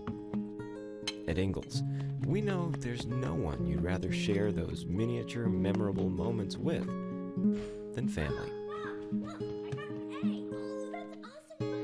Ingalls, all the ingredients for family. Okay, Bailey, can you read what it says on the screen? It says Pinnacle Home Improvements. That's good, honey, but it's pronounced Pinnacle. That's what I said, Pinnacle. Pinnacle Home Improvement says no, no, no. That's no down payment, no interest, and make no payments for 12 months. Get a new roof installed, windows for your entire house, or new siding now with no, no, no. That's what I said, Pinnacle. What's it like having Xfinity Internet with supersonic Wi-Fi? It's fast, like beyond gig speed fast. With 3 times the bandwidth and the power to connect hundreds of devices at once. Get the Xfinity Supersonic Bundle with unlimited gig speed internet, Wi-Fi equipment included, and a free 4K streaming box, all for just $50 a month with a 2-year internet rate guarantee and no annual contract when you add Xfinity Mobile. Switch today. There's a highway that stretches across the 93 days of summer, where worship isn't offered to the sun, but to the smoking tire, and where the lines being blurred are the ones between drivers and demons.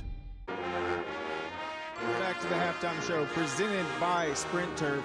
We are joined now in our principals segment. We got Melanta Wilkins, That's right. Okay, I got it right. Mays principal, and then Kinja Parker over here is Douglas County's principal. So I wanted to start with you, Melanta. We were talking about Mays High School, the extracurriculars, the community involvement. Just talk about how extracurriculars help build that community just within the classroom and the day-to-day. Absolutely. We believe in student athletes, and at the end of the day, we want every student to be involved in extracurricular activity, because we know that research shows that if students are involved, then they're more likely to be successful in graduating high school and beyond. So that is ultimately our goal. Absolutely, and I think that's where the pride comes in. And Absolutely. Speaking of pride, we got a Mays graduate over here now at Douglas County, so talk about just the dynamic there. But you're at Douglas County now, so let's talk about them, what they've been able to do. It's one of 5 high schools in Douglas County, but you guys specifically. Well, we are the oldest and only high school in the city of Douglasville. We have a long-standing tradition of excellence and scholarship, and our football team is like no other.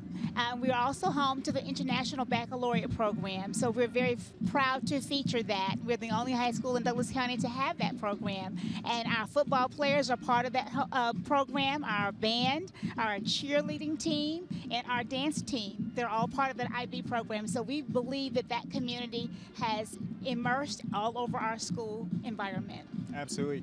And when we were talking, I brought up what Jasper was saying about your last game, the Mays-Douglas game. What a big kind of community event that is, the rivalry. Yes. You have politicians there. You have the who's who of who's who in Atlanta. Absolutely. But just talk about the Mays motto, kind of what you guys represent and kind of what that pride comes from.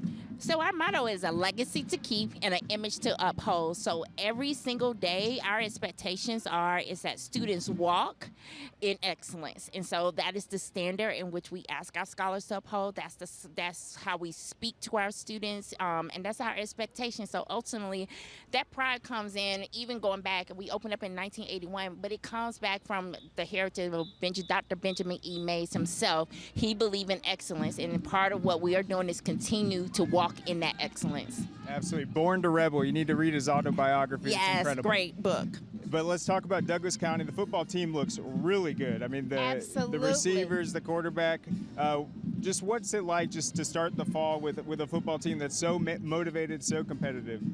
Our football coach, who actually used to work at Mays High School many years ago, has a morning mantra that they spend every morning saying. And so our team begins the school year dressed in excellence, and they walk in excellence, and they walk in pride. And our theme this year is swag. And so every football player walking in and out of our corridors, we recognize who they are. They are our school leaders. They are our ambassadors for excellence. And so we're very happy to see them excel in the classroom but dominate on the football field. Awesome. Well, thank you, Dr. Parks. Thank you, Dr. Wilkins. We'll be back on the other side. Good luck in the second half. Thank you. Thank you.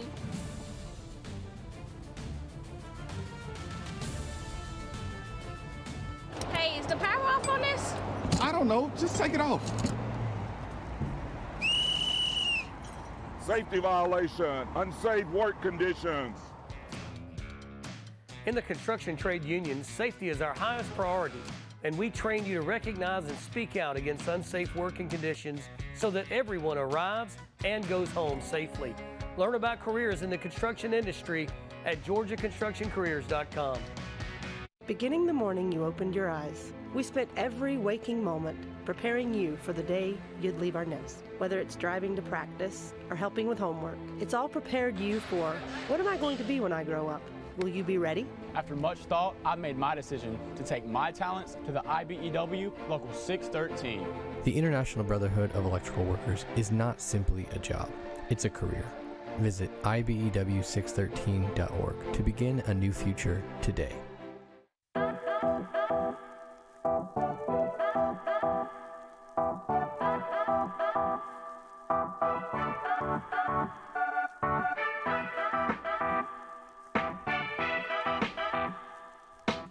Back to the halftime show presented by Sports Turf. I'm now joined by Score Atlanta President I.J. Rosenberg and one of the founders, if not the founder, of this great event, the Great Atlanta Bash. Talk about how it came together and just your relationship with Atlanta Public Schools and these other Atlanta programs. Well, Craig, we were looking for a way to sort of do a mini Corky and get it to teams that, you know, don't necessarily, or for one reason or another, don't get the opportunity to play in Corky. But we've really been able to do both. You know, we've actually had a Atlanta Public School represented in Corky for the last 5 or 6 years, plus this. So this started, it was Jasper Jewell and myself. We talked about putting together, basically, I think the first year we did 3 games at Georgia State, and it's moved to 4 games. And I'll tell you, it's done extremely well. I mean, it's different from the Corky in that it's only 5 years old. But at the same time, it continues to build. And what I think I'm sitting over here in the locker room under the home stands, and when the kids are coming on the field, that's all they're talking about is going on TV. So I think it's a great way for Atlanta Public Schools to brand not only themselves as a school system and as a school, but for recruiters and coaches, colleges to see these kids play, because otherwise you don't get that opportunity. Yeah, and the matchups have been great too. I was listening to Rusty and Matt calling it. They said Riverdale last year, their graduating class sent 17 kids to college programs. And then they made a great point. When these college coaches come to fly into Atlanta, they're stopping at these schools even before they go look at someone else. They're stopping at Carver. So just talk about the talent. We've got ranked teams in every matchup. We have Carver, who made it to the state championship, and then look at these 2 teams representing 2 different classifications. They have a lot of talent. Well, and I think the comparison goes back to the first year of the Atlanta Bash when, it was new. Now you're seeing better kids that are going to these schools. Look, Craig, you and I know that it's wide. It's like the Wild West in high school football. People are going to go where they want to go. And it's great to see kids moving into schools like this, or even more important, the really good kids. When I mean really good kids, I mean good football players staying at Mays, okay? Staying at Carver, staying at South Atlanta. Look, South Atlanta hadn't done anything for 20 years. Last year, they make the quarterfinals, as well as the fact that they, for the first time ever, had an Atlanta Journal-Constitution Super 11 player. We got a chance to see how good he is today. So. Yeah, I mean, North Atlanta, South Atlanta, all coming off historic best seasons. Carver, Atlanta coming off the same, making it to the state championship. But, I mean, Going forward, though, this really helps set the tone. I mentioned to Randy, we've already done 15 football games in 2 weeks. That's a full season, and we're just getting started. It's hard to believe. Yeah, the team's been great, and what's nice about this is we're building on it. We added a game this year, and next year I think we're going to probably bring in a bigger name team, maybe up from Gwinnett, to play here. We've got some ideas on doing some different things, possibly doing a lunch for the bash like we do for Corky Kell. So I'm excited about it. Look, I love high school football. You love high school football. And, again, it's a great opportunity for these kids to get exposure, because both of us know through the Georgia League Classic how many kids in 10 years have been pushed through those all-star games that end up not only playing college football, but getting an opportunity to play college. We know the 5, 4, and 3 stars are going to get the opportunity. It's the other kids that we want to help. Absolutely. 35-14 in this one. We'll be back on the other side, but first, let's take a look at the Great Maze Marching Band.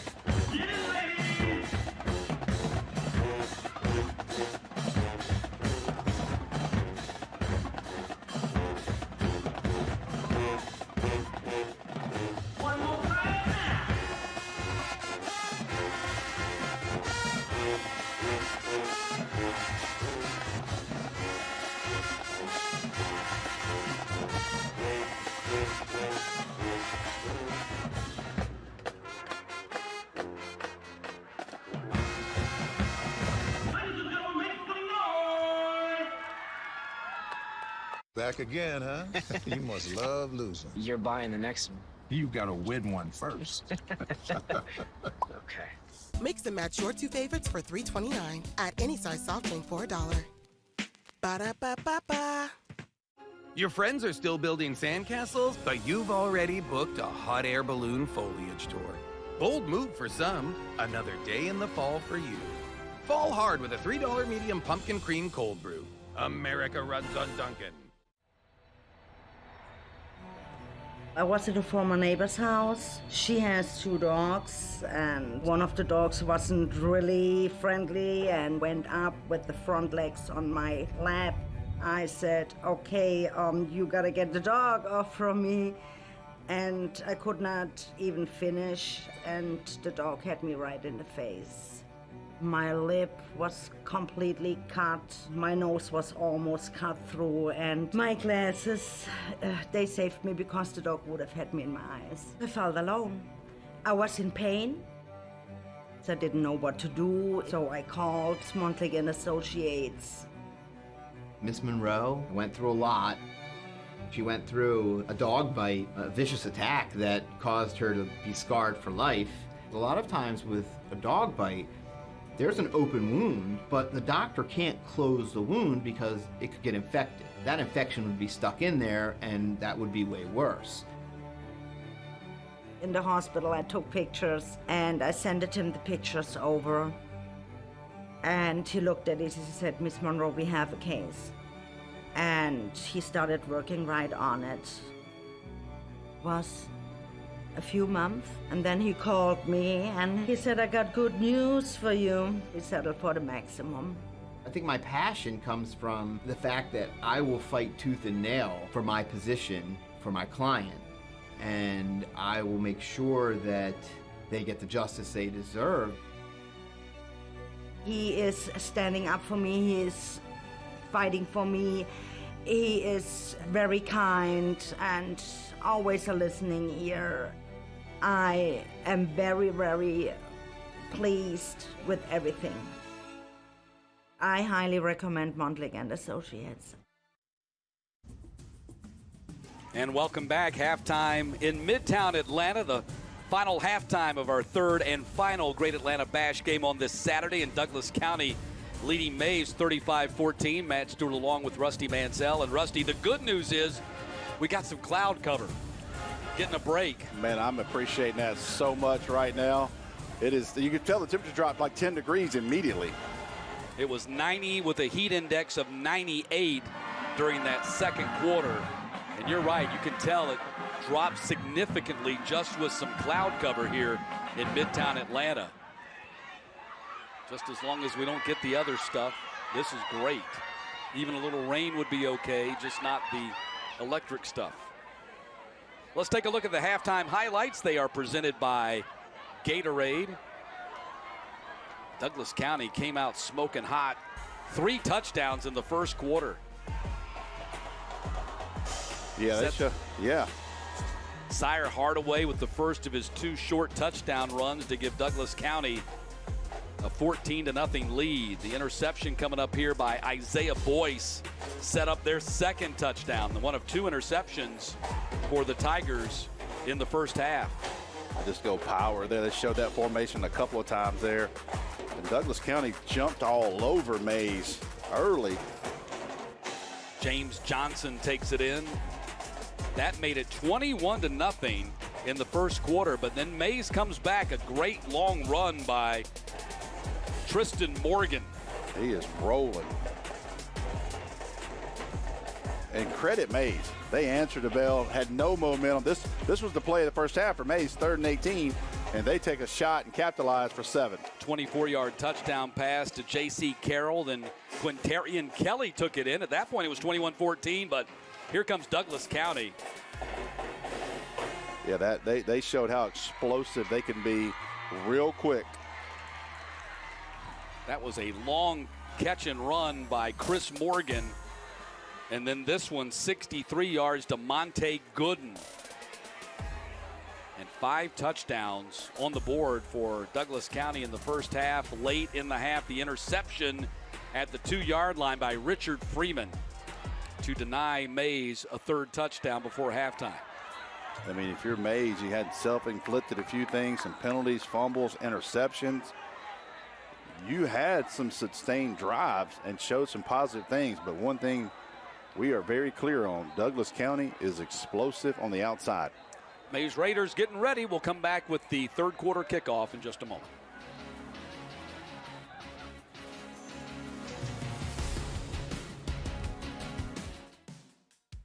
SMART is sheet metal, air, rail, and transportation. We fabricate and install HVAC systems, ductwork. You can't just go to Home Depot and buy our product. You have to build our product. If you can dream it, we can build it. That's our motto. Our sheet metal workers are really proud of that work. They want to look back and go to a Falcons game with their family and point up to show what they did. In sports, an edge is everything. Hard work, practice. Let's stay focused out there. It all adds up for your athletes. But what about your field? The right surface is a powerful advantage that allows them to train effectively and safely. Here we go. And when the lights come on, your team will be ready to win. You bring the vision, we'll bring it to life. Sports Turf. This is how we do it. The GeorgiaConstructionCareers.com Great Atlanta Bash is sponsored by the Atlanta Journal-Constitution. It's worth knowing what's really going on. The Governor's Office of Highway Safety. Seatbelts save lives. The Governor's Office of Highway Safety reminds you to buckle up before every trip. Gatorade, fuel tomorrow. The Mechanical Trades Institute, the best-kept secret everyone should know about. And by Personal Touch Lawn Care. The smallest details make the biggest difference. Start of the 3rd quarter here in Midtown Atlanta. Douglas County will be going on offense to start this second half. We'll see if the Mays Raiders can come up with a stop. Explosiveness, that's the best way to describe that Tigers team in the first 2 quarters. Remember, they put 52 on the board against Lithia Springs in their opener, so they're right at 90 points through their first 6 quarters of offense this season. Kicks coming down. at the 7-yard line. And Hilton Alexander takes a pop, still on his feet, and finally goes down.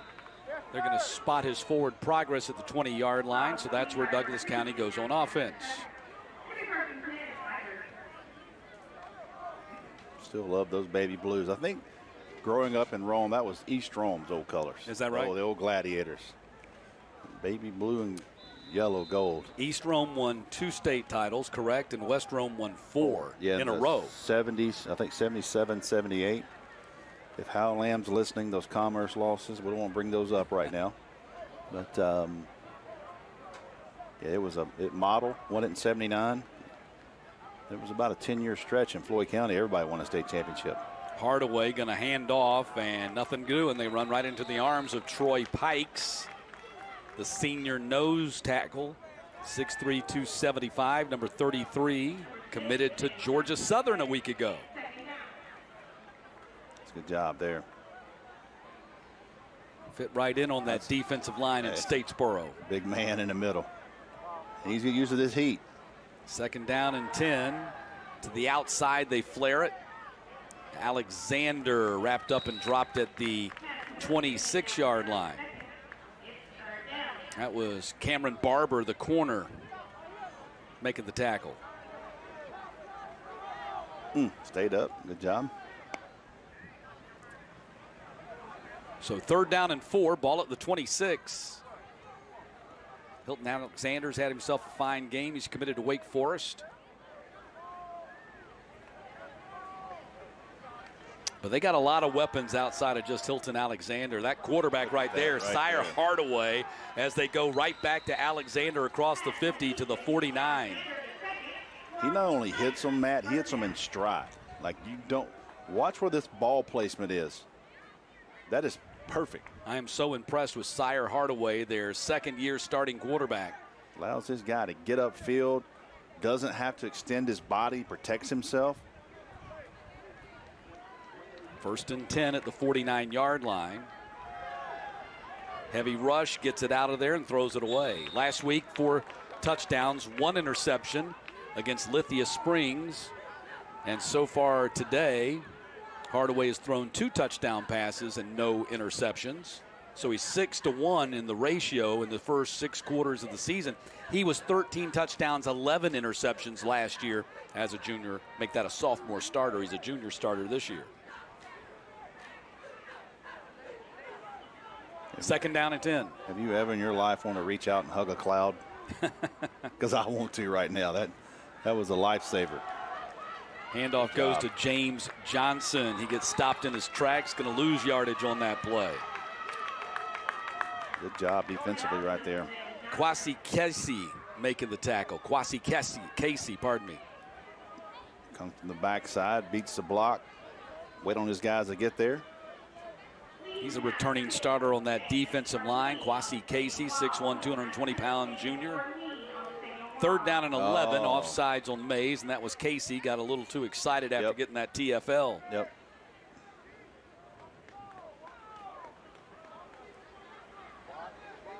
Down. So it'll be 3rd and 6 now.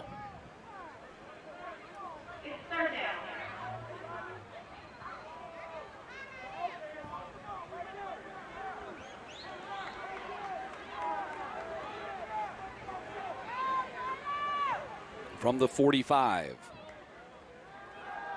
Hardaway slings it out there, complete to Alexander. Hilton Alexander knocked out of bounds short of the sticks. It's going to bring up 4th down and 1 or 2. The thing I love about Alexander, how quick he gets to 5th gear. Watch his feet. Now look, he's gone. I mean, he's up the field. I mean, he is literally covering grass. Okay, well, they haven't moved the sticks yet. Did they rule that? Was he down? There's a penalty flag over on the far side of the field. All right. I didn't know if he caught it out of bounds or the foot out of bounds. Yeah, looked like he caught it for sure. There was no question about that, and he was in bounds. Let's check the call.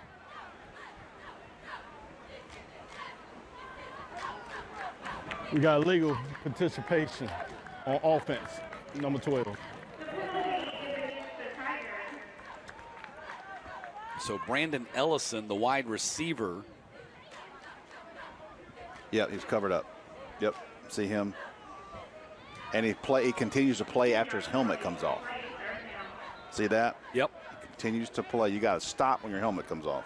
You could see the Douglas County coaches were arguing that the Mays defender knocked his helmet off, got up underneath that chin strap and came up and knocked his helmet off. Big Bernard Williams right there. Yep. Big fella. That is 6'9". 6'9", first-round draft pick of the Eagles. Played for the Georgia Bulldogs. He guarded Eric Zier's backside.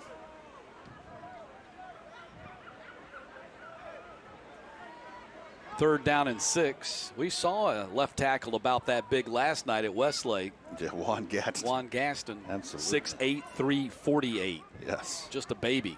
Sophomore. 15 years old, I think. And I'm telling you something right now. He can bend. He can move. Say Dad played basketball at Georgia Tech? That's correct. Looks like Bernard has gotten rid of some of his offensive lineman weight. Yeah, he's lost some of that weight, but that is a tall drink of water, Mr. Bernard Williams. 3rd and 19, ball at the 43.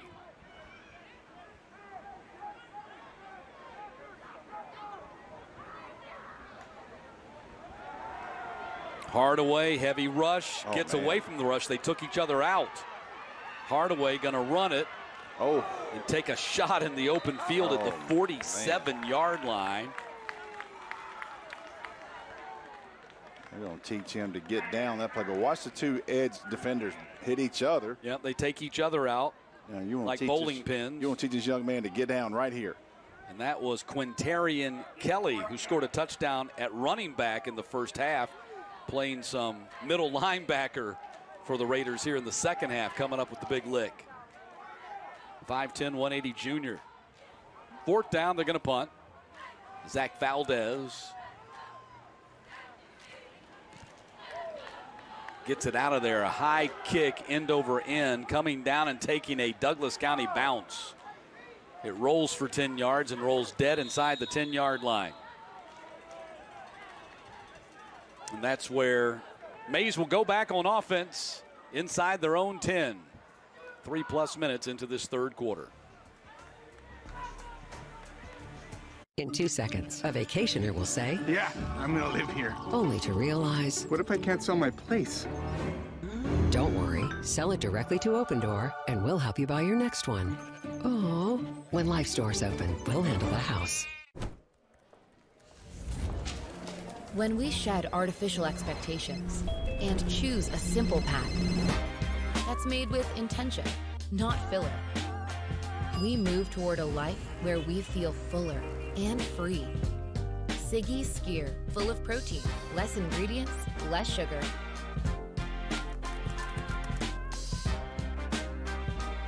Less sets you free. Georgia Power is here with a little reminder of how easy it is to save energy at home.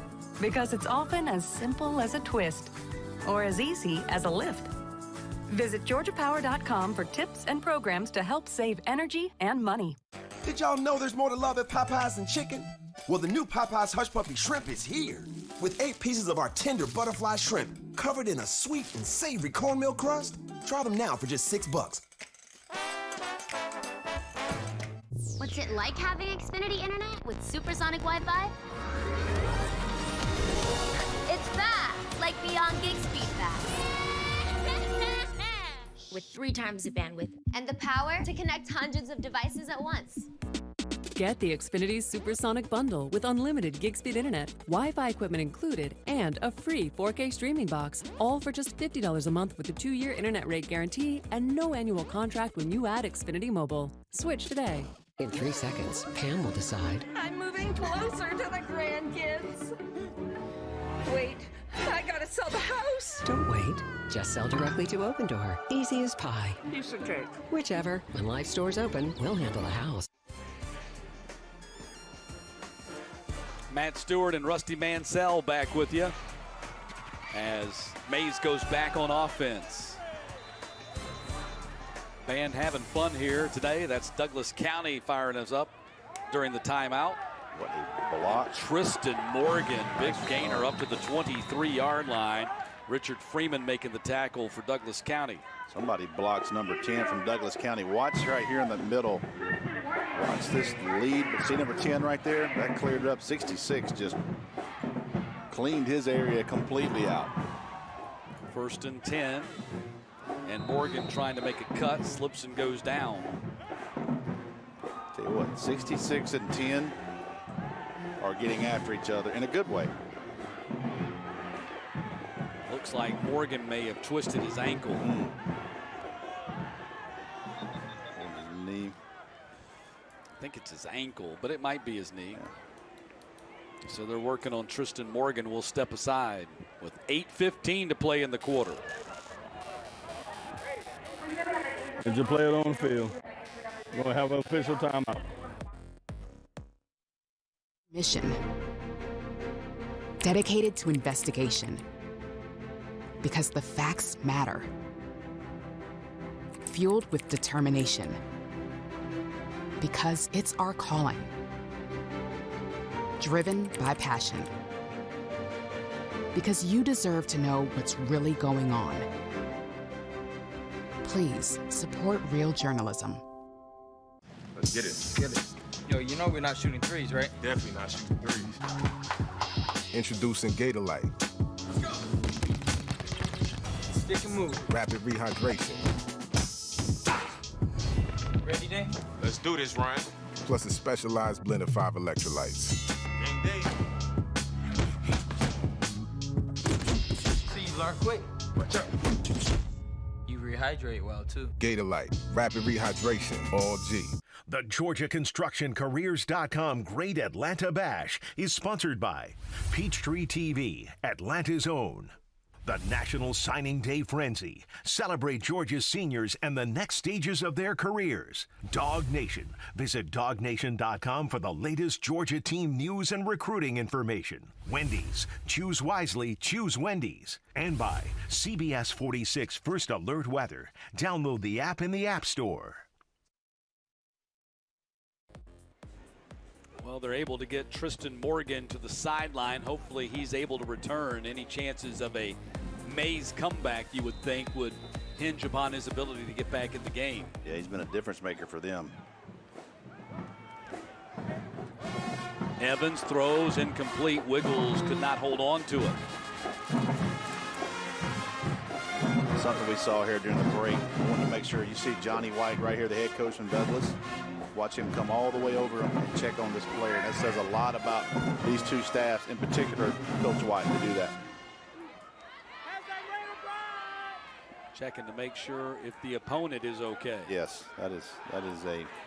says a lot. Johnny White in his 10th season overall as a head coach, 60-38 his record. Evans being chased and fires it away. Did the ball get back to the line of scrimmage? No. Nope, they're going to throw a flag. This will be grounding. But back to Johnny White for just a moment. 41-26 since taking over the Douglas County program in 2016. 4 playoff appearances in 6 seasons.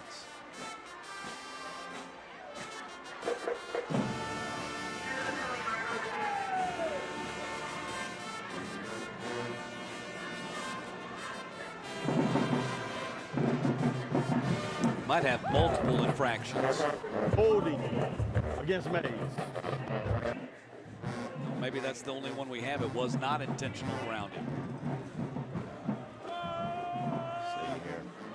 Could be on 58 up there at the top of your screen. That might have been Jaheim White. It's right there. See, I got the jersey on the 11. See that? Well, that's definitely holding. So they might have had 2 infractions on the play. When you see that jersey stretch, that means there is fabric being held by fingers and fingernails. Yeah, when you're an offensive lineman, that jersey stretching on that defender, you're in trouble. That is not an organic or natural occurrence. It's amazing. You talk about, I've got my jersey at home, and it's like a quilt. It's wide and it's soft, and these things right here are so tight, they can't even get them on. They have to have help to get their jerseys on. Long and narrow. Oh, I've seen players where there is absolutely no way they got them on and got them off without cutting them off with, like, yeah, Somebody EMT scissors. Yes. Yep.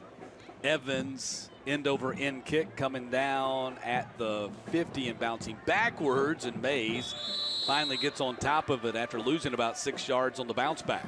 I mean, jerseys have come a long way technology-wise. Do we miss the tearaways? You know, it's funny. Kaylee's not here. She left to do something she had to do tonight. But when we watched DeMarcus Dupree 30 for 30, and she goes, "Dad, what's wrong with his jersey? Why is his shoulder pad showing from the back?" I said, "You're not ready for tearaway conversation yet. You're not there yet. I love you, and you're great, but that tearaway jersey is going to rock your world. Let's just one step at a time." So 1st and 10 for Douglas County as they take over here at the 45 of Mays. C.J. Carrington picks up a couple of yards. Producer Roddy White mentioned in our ears back in the early second quarter, this might be the all-uniform game because both uniforms extremely clean and sharp. Very clean.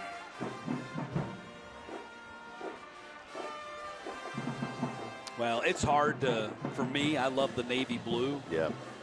Which is what navy blue and gold. They call it Vegas gold, I think. Yeah. Whatever, it's gold. Old gold, Vegas gold, whatever. Completion out there on the edge gets them close to the first down. Another catch by Hilton Alexander. 3rd down and 3. Ball at the 48.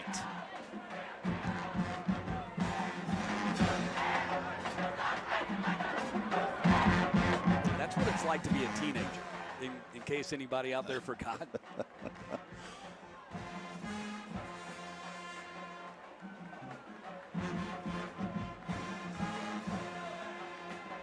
Third down. Hardaway to the sideline. Alexander, another first down. They've been playing pitch and catch all day, haven't they? And what he does is he stretches you with top end speed, so you play off of him. You're like, okay, we'll give you everything underneath. But this is just too easy. This is 3-step drop, 8 yards. Watch this, how slippery he is right here. Almost gets through those guys. Yeah, no one got him on the ground. Yeah. So you see how far they're playing off of him. You see the bottom where they're playing these guys. They worry about his top end speed. Under 7 minutes to go here in the third quarter. It's going to be intercepted at the 24-yard line. Here comes the return. Up across the 50 and brought down at the 45-yard line. Interception for the Mays Raiders. Yeah, they run the shallow crossing route there to Alexander. The ball's a little bit behind him or out in front.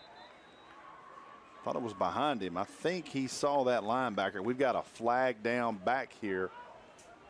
That was Elijah Hall with the interception. He's listed as the left end. 19. The left defensive end, Elijah Hall, with the interception. Got flags down. Man, that was a big play because Douglas County had. Was it 19 or 13? I believe it was 19. 19. Oh, say, yeah. Jamel Thompson with the interception. Yes, 19. Well, that would make more sense. Thompson plays the safety position.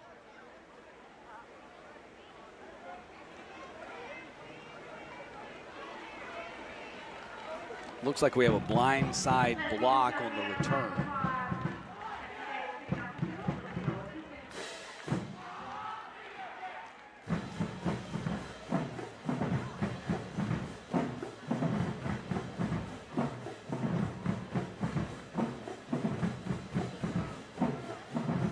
So the blind side block on Mays is going to back them up. They get the ball. Interception stands, but the return gets wiped out and they'll put the ball to the 20-yard line.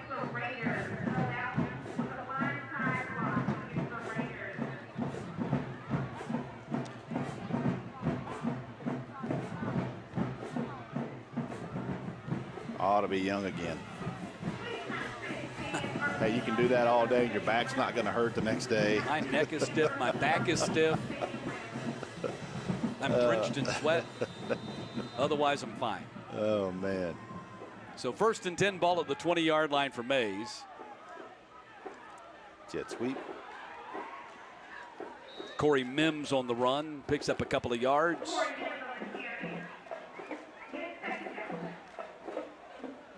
Brings up 2nd down and 8. Mays scored both their touchdowns in the 2nd quarter. At the time, they cut it to a 21-14 game. Scoreless so far in the 3rd quarter for both teams.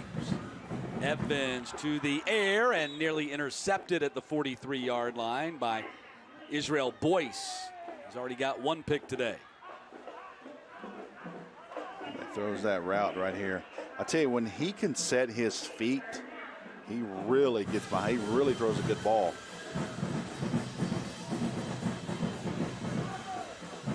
Brings up 3rd down and 8.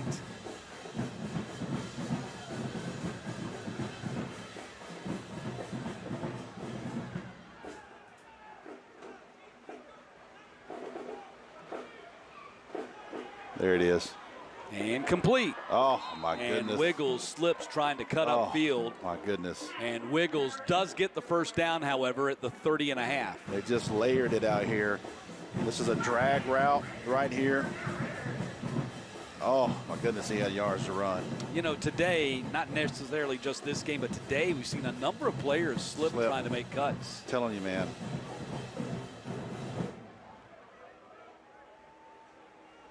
Playing on that artificial turf. Yep. What's the remedy for that? Just when you played on natural grass, you just, had longer cleats. Just continual technology. I mean, it's gotten Solomon better. Evans is upset with the official. He got in the way. You can see he got up and he was like looking at the official. He was trying to navigate around the official on his run here. We got a man down for Douglas County, 58. The official took him down. See, he gets up saying, "What are you doing?" That still wasn't a better tackle on Jamal Anderson last week on Caleb Downs. No. Corey Jordan, the big 6'3", 320 junior, down face down on the ground for Douglas County right now.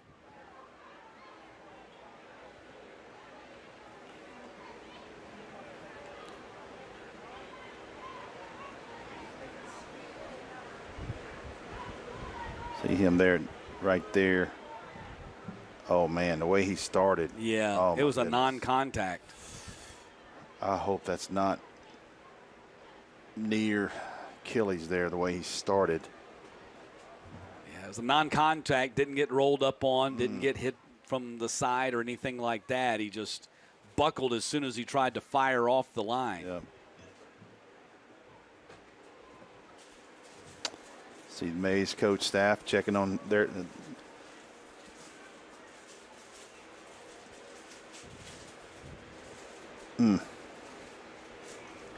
see a big man like that not move as he goes immediately down, but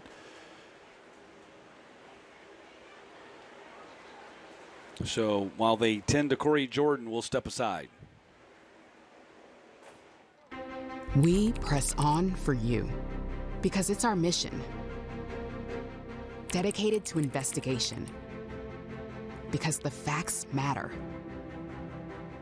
Fueled with determination because it's our calling. Driven by passion because you deserve to know what's really going on. Please support real journalism. Let's get it. Get it. Yo, you know we're not shooting threes, right? Definitely not shooting threes. Introducing Gatorlight. Let's go. Stick and move. Rapid rehydration. Ready, Dane? Let's do this, Ryan. Plus a specialized blend of 5 electrolytes. Game day. See, you learn quick. Watch out. You rehydrate well, too. Gatorlight. Rapid rehydration. All G. The GeorgiaConstructionCareers.com Great Atlanta Bash is sponsored by Peachtree TV, Atlanta's own. The National Signing Day Frenzy. Celebrate Georgia's seniors and the next stages of their careers. Dog Nation. Visit DogNation.com for the latest Georgia team news and recruiting information. Wendy's. Choose wisely. Choose Wendy's. And by CBS 46 First Alert Weather. Download the app in the App Store. Well, Corey Jordan makes it to the sideline. Hopefully he's going to be okay, but he was able to leave the field under his own power. Let me tell you something. That's a large man to catch a cramp. Yeah. I was thinking they might need a fork. Hey, I'm telling you now. He's a big boy. Big man. 320. Second down, complete to Wiggles, and Wiggles across the 50 and all the way down to the 42. Mays trying to go fast here. Got to think that the cloud cover has rejuvenated all these guys a little bit. It has to. I mean, it's lightened the temperature. Like you said, it feels like a 10-degree drop. Minimum. Evans steps up in the pocket, going for the home run, and overshoots everybody. I think J.C. Carroll down inside the 10-yard line was the intended target.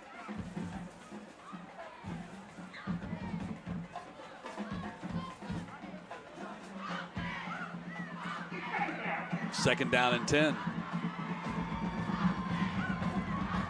Got a text from my buddy. He said, "Do not let me catch you at the varsity after this game." I wasn't even thinking about it until he texted me. But now that you put the thought in my head. Man, I am kind of close. Now I got to resist the temptation. Second down and 10. Ball at the 41. Evans throwing. It's caught at the 33-yard line. Same play that he fell down on. They had him covered, but his length allowed him to make this play. Exact same play. It's a little flood route. Yeah, Jabarian Wiggles making his presence felt here in the third quarter. Yep. Flood route. He runs the deep out route in behind the little running back. They layer that. There's a guy behind him. They catch him in one-on-one. 6'4", 185 junior. He also plays for the Mays basketball team. Get rid of it. Evans backpedaling and throwing and caught. Yeah, how about that? J.C. Carroll comes back on the play. That's a pro play by J.C. Carroll. That's exactly what you're supposed to do when your quarterback's in trouble. Come back to him, and he gets a foot down at the 22. He did. Yeah, nice catch, young man. Great camel work by our Peachtree TV crew as well. Timeout has been called by Douglas County.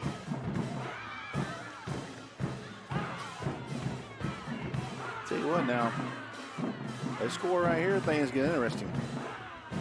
Yeah, if they can get it back to a 2-score game going into the fourth quarter, you feel like you've got a legitimate mathematical shot. Now, 3 touchdowns down doesn't mean you're out of it, but it's going to be a lot more difficult.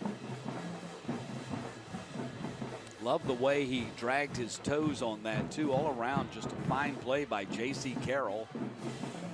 And tune in on Friday night, the drive for the GHSA state title presented by GeorgiaConstructionCareers.com will continue with the North Cobb Warriors taking on the Buford Wolves at Tom Ryden Stadium. That's this coming Friday night at 8 o'clock. What a huge game in 7A early in the season.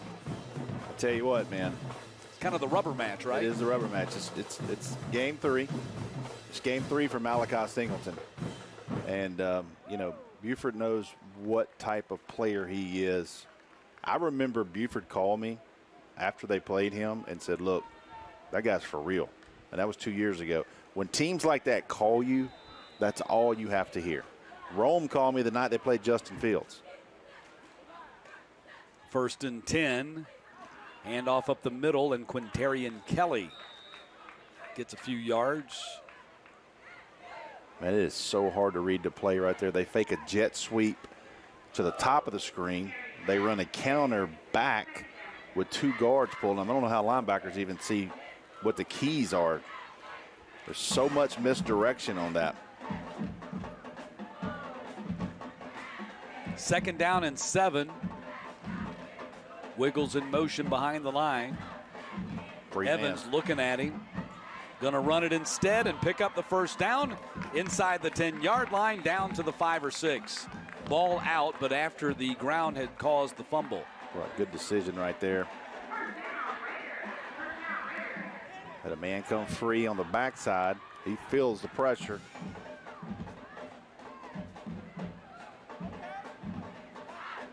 Evans is not a great runner, but he can run when he needs to. That's right. That's right.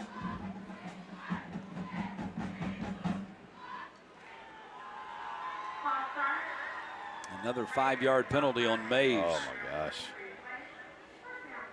Going to back him up to the 12-yard line. So 1st and goal from the 12 now. You know, you talk about that Buford North Cobb game. You're certainly familiar with both teams. And Dylan Wicke, Virginia Tech commit. Yep. He doesn't get enough discussion. I want to see what he can do next week on this stage. And if he can make the plays that I think he can. They're coming off the top. Solomon Evans runs away from it and scores the touchdown. Great read.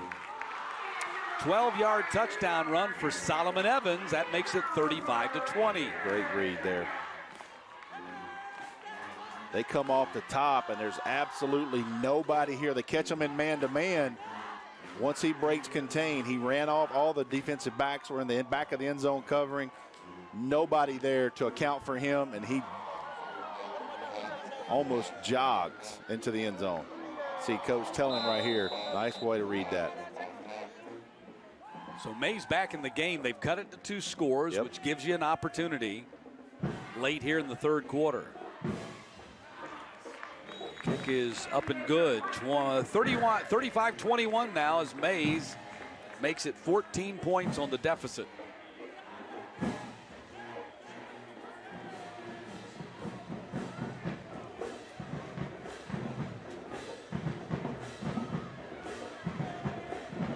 So Mays responds. First points of this 3rd quarter coming with 3:49 to play in the period.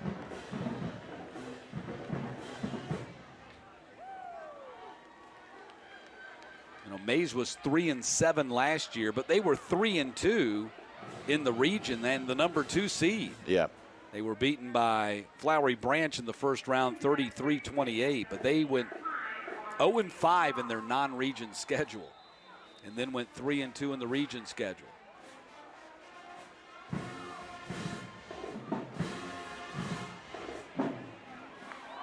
Kickoff coming down at the 10.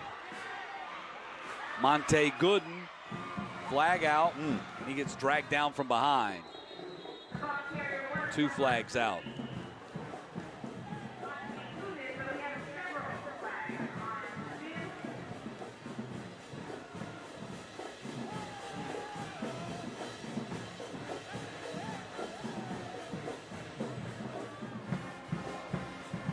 Got a block below the waist.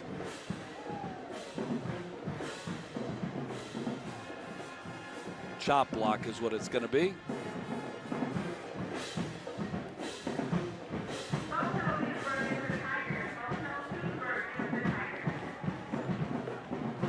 So that'll push Douglas County back to the 15-yard line. Scoring summary presented by Breda Pest Management. 11 plays, 80 yards in just under 3 minutes. Solomon Evans with the 11-yard touchdown run. Great catch right there by J.C. Carroll. Back to live action. Douglas County gets a couple on the play. That was James Johnson on the carry for the Tigers. Big 33 tapping. Coach, I got to come out. No, you're not coming out. You're going back in. Week ago, picked the Georgia Southern Eagles, committing to them.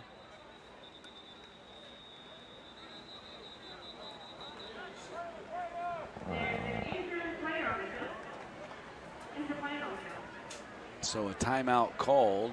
Got an injured player. The cramps are starting to pop up here late in this game.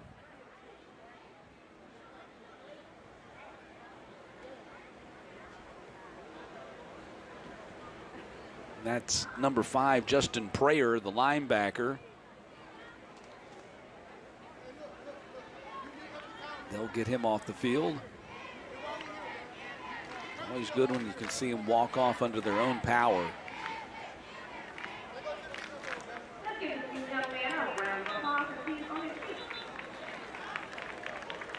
(35-21) Douglas County on top. Just over 3 minutes left in this third quarter. Started the day with a 33-9 victory as South Atlanta defeated Chapel Hill. Mays followed up with a big win over Riverdale. Now Douglas County.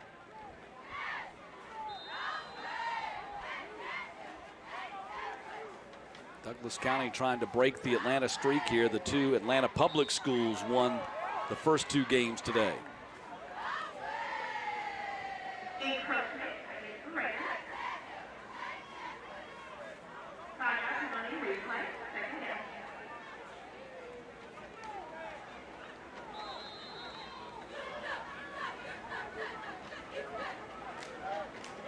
So 2nd down and 3.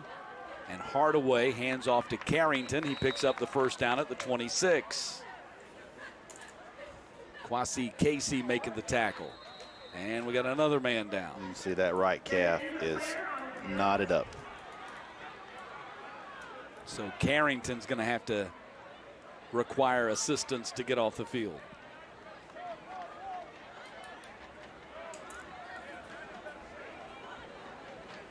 Give me, what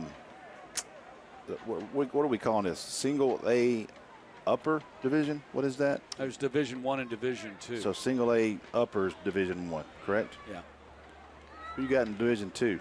The Sly County? Yeah. Sly County. Yeah. I like them too. I think most everybody has Sly County ranked number 1 in Division 2. I tell you now, this Mount Pisgah team with Jackson doing that quarterback. Knocked off Fellowship Christian in the Corky Kell Classic. And ran through Mount Perrin last night. I'm telling you now, they got some size. I was impressed with them. Brooks County still the team to beat there? Yeah, Brooks County is always strong. I mean, you can't forget about the hammer. Yeah, no doubt. Big Mo, Prince. I got a big one coming up with Elka, but Elka took a big loss last night to Blessed Trinity. I mean, but that's, it's hard to gauge with the reclassification because it looks really lopsided. Elka's 2A now, and yes. Blessed Trinity's 6A yes. now. Yeah. The disparity in classifications isn't as big as the multiplier makes it look, but there's still a big difference between the 2 programs in enrollment and in daily attendance, which is what determines what your classification is going to be. So Whit Muschamp, son of Will, was the quarterback at Athens Academy. Leaves this summer to go to Baylor in Chattanooga. He starts. Well, Prince is going to Baylor in a couple of weeks. How about that? So that's a little story there. Baylor Prep. Baylor Prep. Long-time powerhouse program in the state of Tennessee. 1st and 10. Mike Hasty on the carry. He's been going both ways. Some spot carries here at running back and starting at the linebacker spot for Douglas County during the day.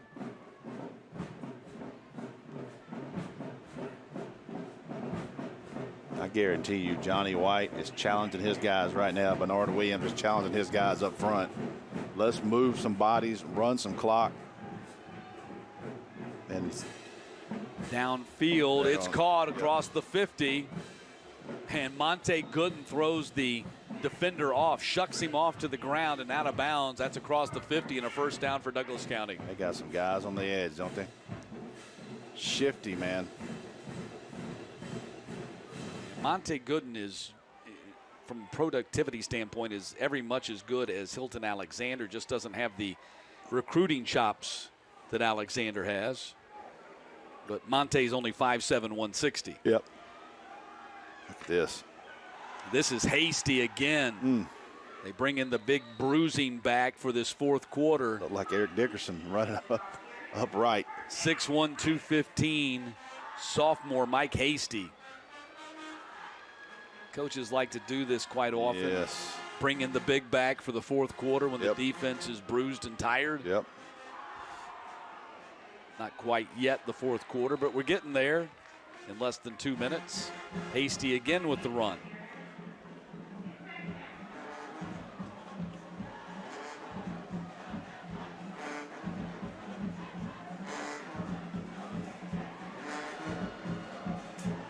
Under 140 to play here in the third period. Douglas County hadn't scored.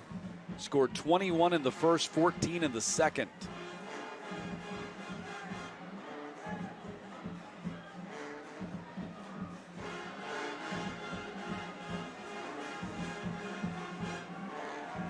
Pass complete. Out on the edge. Inside the 10-yard line and down to the 5 goes Chris Morgan.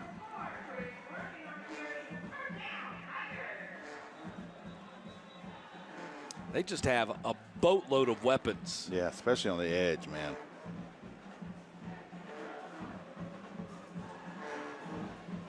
So I told you a few moments ago they hadn't scored here in the third. They're going to try to correct that. They've got it first and goal at the 6. The Tigers in the Gordo's Cheese Dip red zone.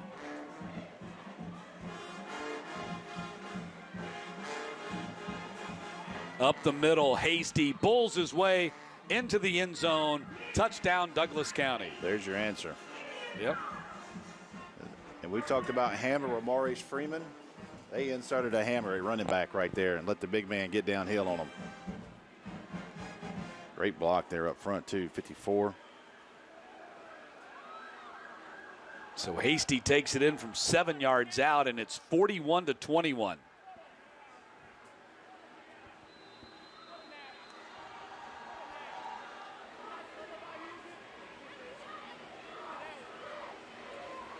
Valdez on the PAT, knocks it through. 42-21 lead. Again, a 3-touchdown lead. This is kind of where they've been living the entire day. Jumped out to a 21-0 lead in the first quarter, and they've been playing around with that 21-point lead most of the day. They got it back again with under a minute to play here in the third quarter.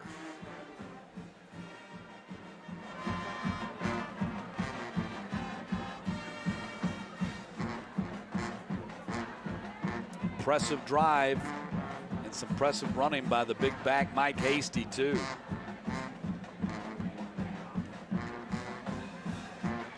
So that will make things awfully difficult for Mays. 1, 2, 3, in this 4. upcoming fourth quarter. Yeah. At this point, you're still, your kids are fighting. You're working on what you can do and fix. And they're not built to be a high-powered, explosive offense, but their quarterback showed some things. Wiggles has shown some things at big hybrid receiver. Got some rain nearby, I believe. I don't think anybody would be upset right now. I don't think anybody would mind it one bit. Ball coming down at the 10-yard line. And that's Kopic on the return again, up to the 26. That's where Mays goes on offense. Mike Hasty with a big part of that scoring drive, brought to you by Breda Pest Management. The pass completion to Morgan got him down inside the 10, and then Hasty took it in. 8 plays, 85 yards, 2:48 off the clock, and Hasty a 5-yard touchdown run.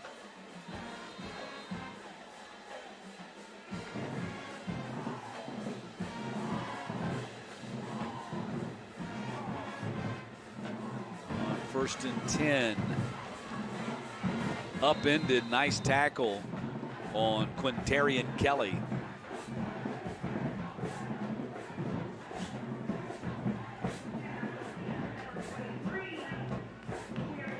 Watch Morgan get in there under the play and make the tackle.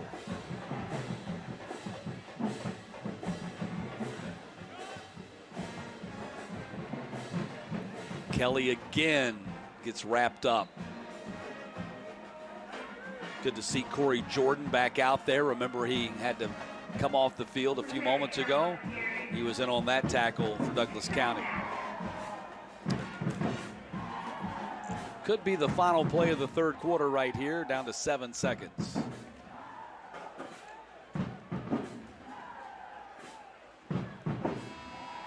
They get the play off. And Evans fires it complete at the 47 and driven out of bounds. Catch made by Corey Mims. That is the end of the third quarter. Heading to the fourth in Midtown, Douglas County with a 42-21 lead.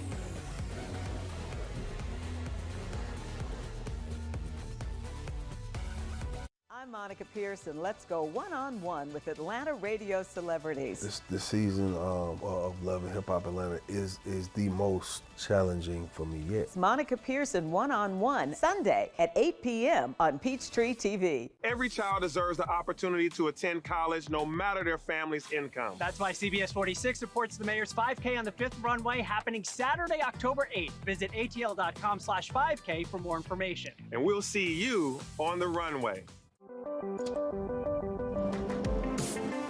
Discover intuitive technology at the Lexus Golden Opportunity Sales Event. Get $1,500 lease cash toward a 2022 ES350.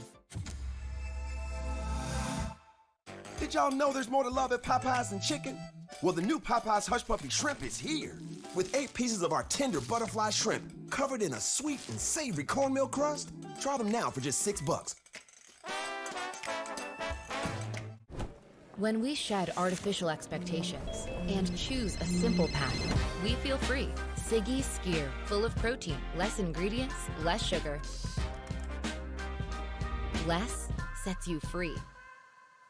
You wake me up, you say it's time to Feel the rush of performance at the Lexus Golden Opportunity Sales Event. Get $500 lease cash toward a 2022 IS300. The GeorgiaConstructionCareers.com Great Atlanta Bash is sponsored by Score Atlanta, your source for Georgia high school sports. Gordo's, Fiesta every day. The Georgia Elite Classic. Nominate yourself today for the December All-Star Game. McDonald's, brought to you by Greater Atlanta Area McDonald's. Download the app for great deals. And by Rough Draft. Text DRAFT to 66866 to subscribe. Start of the fourth quarter here in Midtown. Douglas County leading Mays 42-21. Matt Stewart along with Rusty Mansell. We start this fourth quarter, 2nd down and 8 for the Mays Raiders from the 48. Snap goes to Mims, and Mims out of one tackle and battles down to the 45-yard line. Some tough running from the 5'8", 155-pound sophomore. Yeah, man. Survived a headshot. 31 was about to get up and celebrate, and he didn't. Watch him get up. He's going to point to the sideline. He's ready. Look. Whoa. Oh, wait a minute. He's still going. He's Keenan Arnold, number 31, the Mike linebacker. Didn't get him on the ground. 2nd down and 8. Evans rolling to his right, got a man open. That was the man in motion, out of bounds, and a first down catch by Clayton Kopic. Picture perfect pick route. The 2 outside wide receivers come in. I wouldn't say pick, maybe a gentle rub on the linebacker in secondary, and 11 comes in right behind him on the flat. Almost everybody's 2-point play, and he is wide open there in the flat. So 1st and 10 after the catch by Kopic. Handoff goes to Kelly. Quintarian Kelly going to get slammed to the ground. Tackle for loss by Larry Walker. As we take a look at the Score Atlanta, Great Atlanta Bash scoreboard. Last night it was North Atlanta beating Drew 50-6. Then earlier today, South Atlanta ranked 9th in AA, a 33-9 win over Chapel Hill. Carver Atlanta ranked 3rd in 3A, beat Riverdale 44-24. And here in the fourth quarter, of course, it's Douglas County on top by 3 scores. And I listened to Drew's coaching staff last night as I was heading down, and they were talking about, hey, listen, play finish.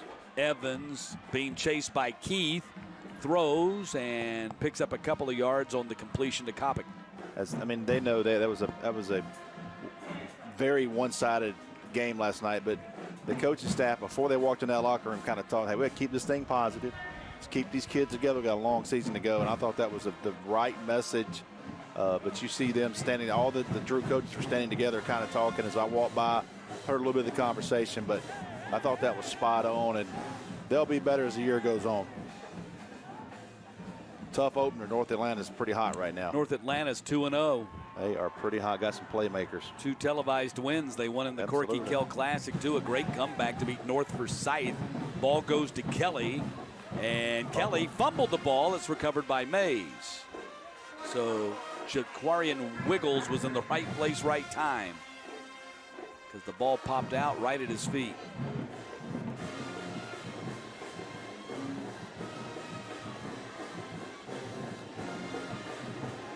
Yeah, that ball was dislodged by Isaiah Madu, the linebacker. Watch, he comes in there and gets his helmet on it. 4th down and 2. This is a must conversion for Mays.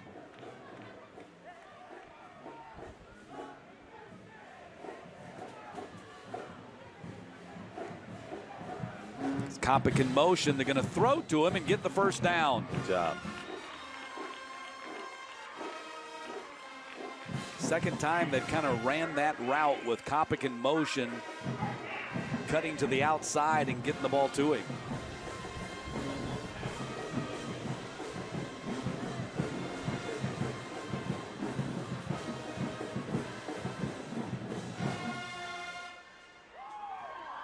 Ball goes to Kelly. Yep. Kelly gonna get into the end zone for the touchdown. Quintarian Kelly with his second touchdown of the day, and it's 42-27. Yep, still fighting. A couple of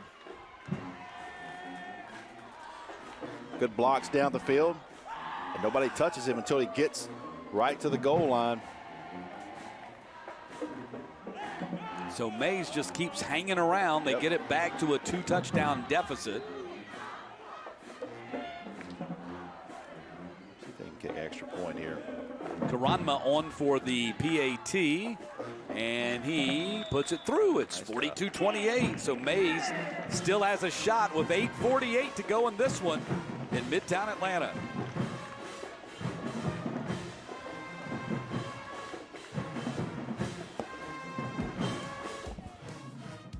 SMART is sheet metal, air, rail, and transportation. We fabricate and install HVAC systems, ductwork. You can't just go to Home Depot and buy our product. You have to build our product. If you can dream it, we can build it. That's our motto.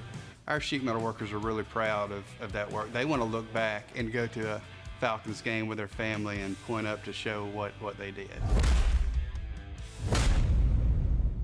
Sweetheart, please don't forget to wear your seatbelt. I got it, Mom. It's a very nice day, living in the right space. Breathing your grace, got me feeling some kind of way.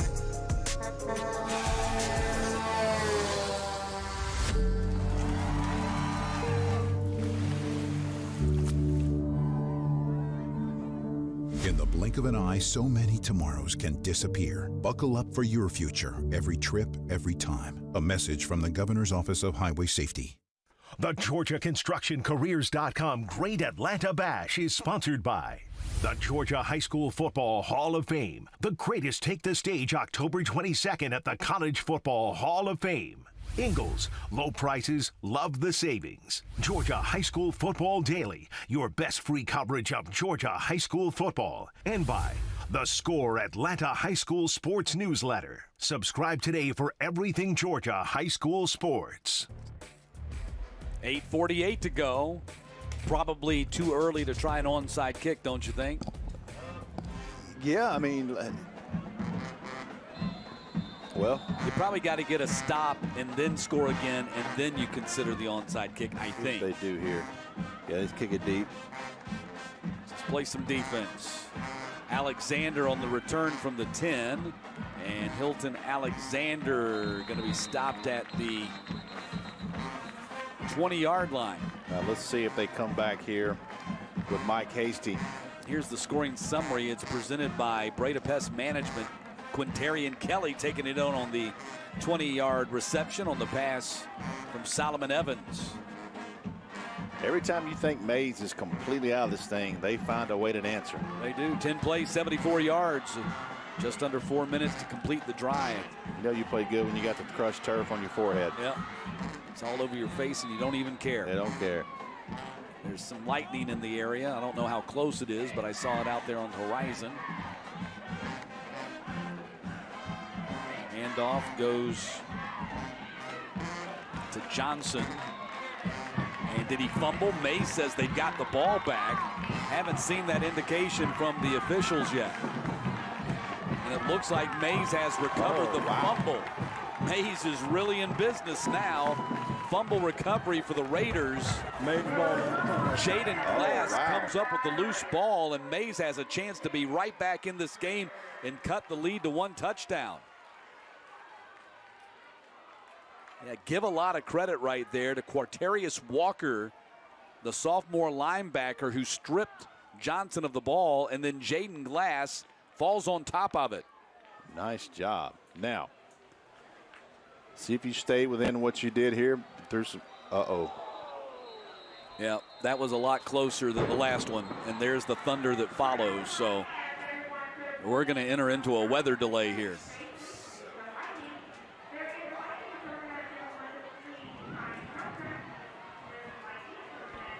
So typically when you enter into a weather delay, a lightning delay, that's a 30-minute halt, a minimum 30 minutes after every strike that's detected. I'm assuming they do have a lightning detector here. Typically it depends upon the organization. I'm not saying, sometimes it's 6 miles, sometimes it's 8 miles, sometimes even 10 miles within that radius. If there's a strike detected, then it resets the delay clock. So we'll wait and see here what happens, but we're definitely going to an at least 30-minute delay right here because of lightning.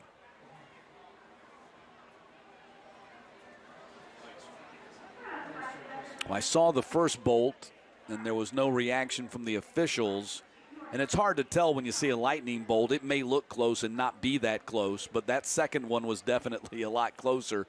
And the folks in the stadium, in the stands, started to clear and get to the exits as quickly as possible.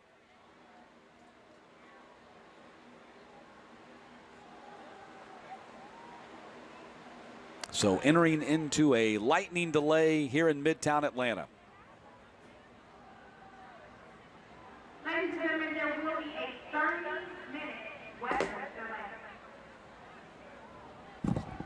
So we're going to take a look at the high school scoreboard presented by Score Atlanta. Take a look at some of the scores from last night. We got a little time, so we'll walk through these. That's the Carrollton South Paulding game right off the top, and probably the best game in the Atlanta area last night. No doubt. As the Trojans came back and won. Juju Lewis, their freshman quarterback, 4 touchdowns. Brought Carrollton back to win that one and beat South Paulding 28-21. He throws 4 touchdowns, throws a pick late, comes right back down the field and scores. Says a lot about him.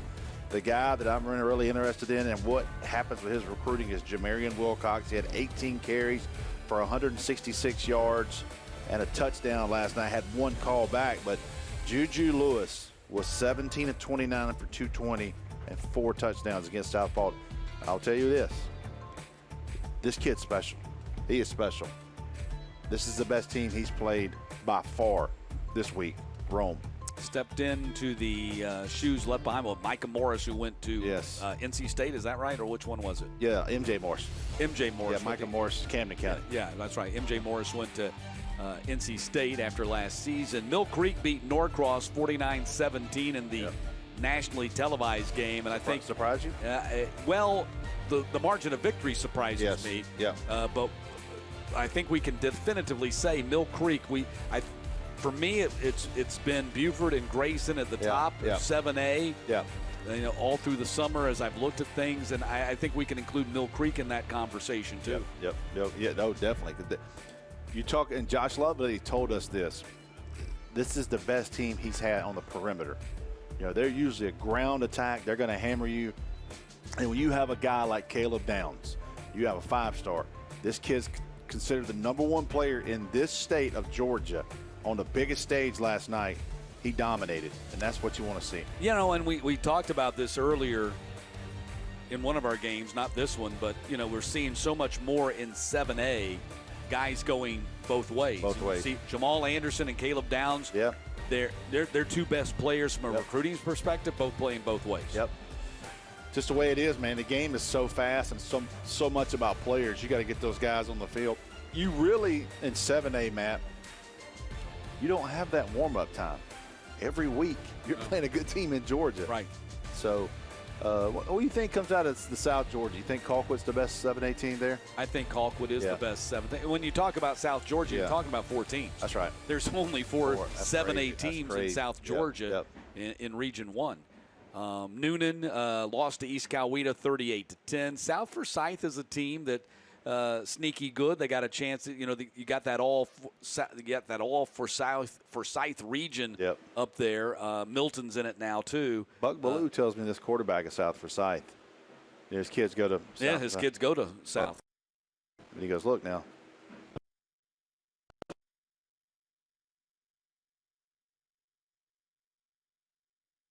Yep. 24-21. Hillgrove down Creekview 10-6. I'll tell you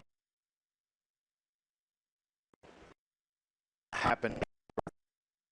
Chase McGravy is at Marietta. Marietta quarterback. C.L. Lloyd is at Walton. Yep. Kyle McKinney. 5 or 6 starters since the spring, and they're playing well. They're doing over there, fighting, biting, and scratching with everything they got. They're doing a really good job at Hillgrove. Marietta came back after losing to Grayson in the Corky Kell Classic on Saturday night. Came back down 17-10. Well, okay, they came back in this game. They came back after losing their opener and win their second game and beat a pretty good West Forsyth team that we saw win in the Corky Kell Classic as well, 24-17. How do you think that Marietta team pans out this season with the new quarterback, McCravey? Yeah, tough schedule, man. Yeah, they do. They got they got Buford. They may be 3-3 or 2-4 coming out of their region schedule and then run the table in their region. They're not overly big. They're gonna play really good on defense. McCravey is the guy that can give you problems because he can hurt you with his feet. Now, last week against Grayson, you don't really want that. That was his first game. You're playing a salty defense. So, you know, I think Marietta, by the time they roll around to that region, and they got back-to-back weeks, I think, with North Cobb and Walton. You're going to find out real quick on them. Hughes playing up in 7A. 6A, of course, they're the #1 team in 6A. And simply, regardless of classifications, one of the best teams in the state. Yeah. Certainly from a recruiting standpoint, they're the best senior class in the state. They beat McEachern, at least in my mind they are. They beat McEachern 47-21. Okay, let me give you this scenario. Mill Creek plays at Langston Hughes, and you got to pick that game. Mill Creek at Langston Hughes. Who would you go with right now? Okay, I'm going to make it easy on myself. I'm going to go Mill Creek because they got a kicking game. I got you. Okay, that makes sense. That makes sense. Hughes got to show me that they have a kicking game, and everybody knows. Yes, that's right. I'm sure most people watching this right now know that Hughes missed a great opportunity to beat Buford in the 6A championship game had they had a kicking game. Yep.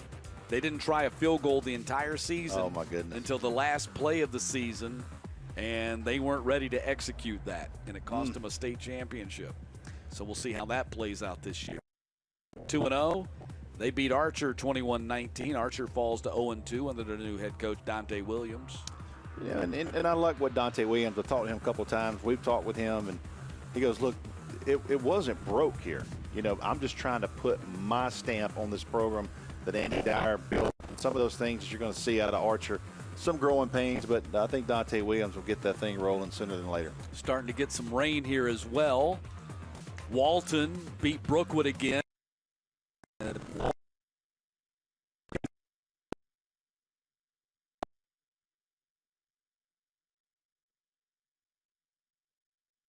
They come back.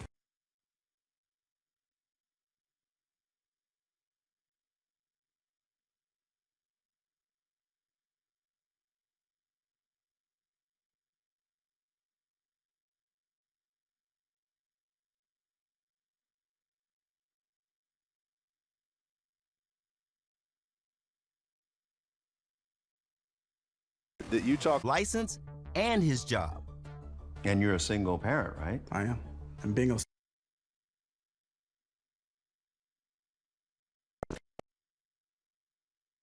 out my license, where'd I go? What do I do?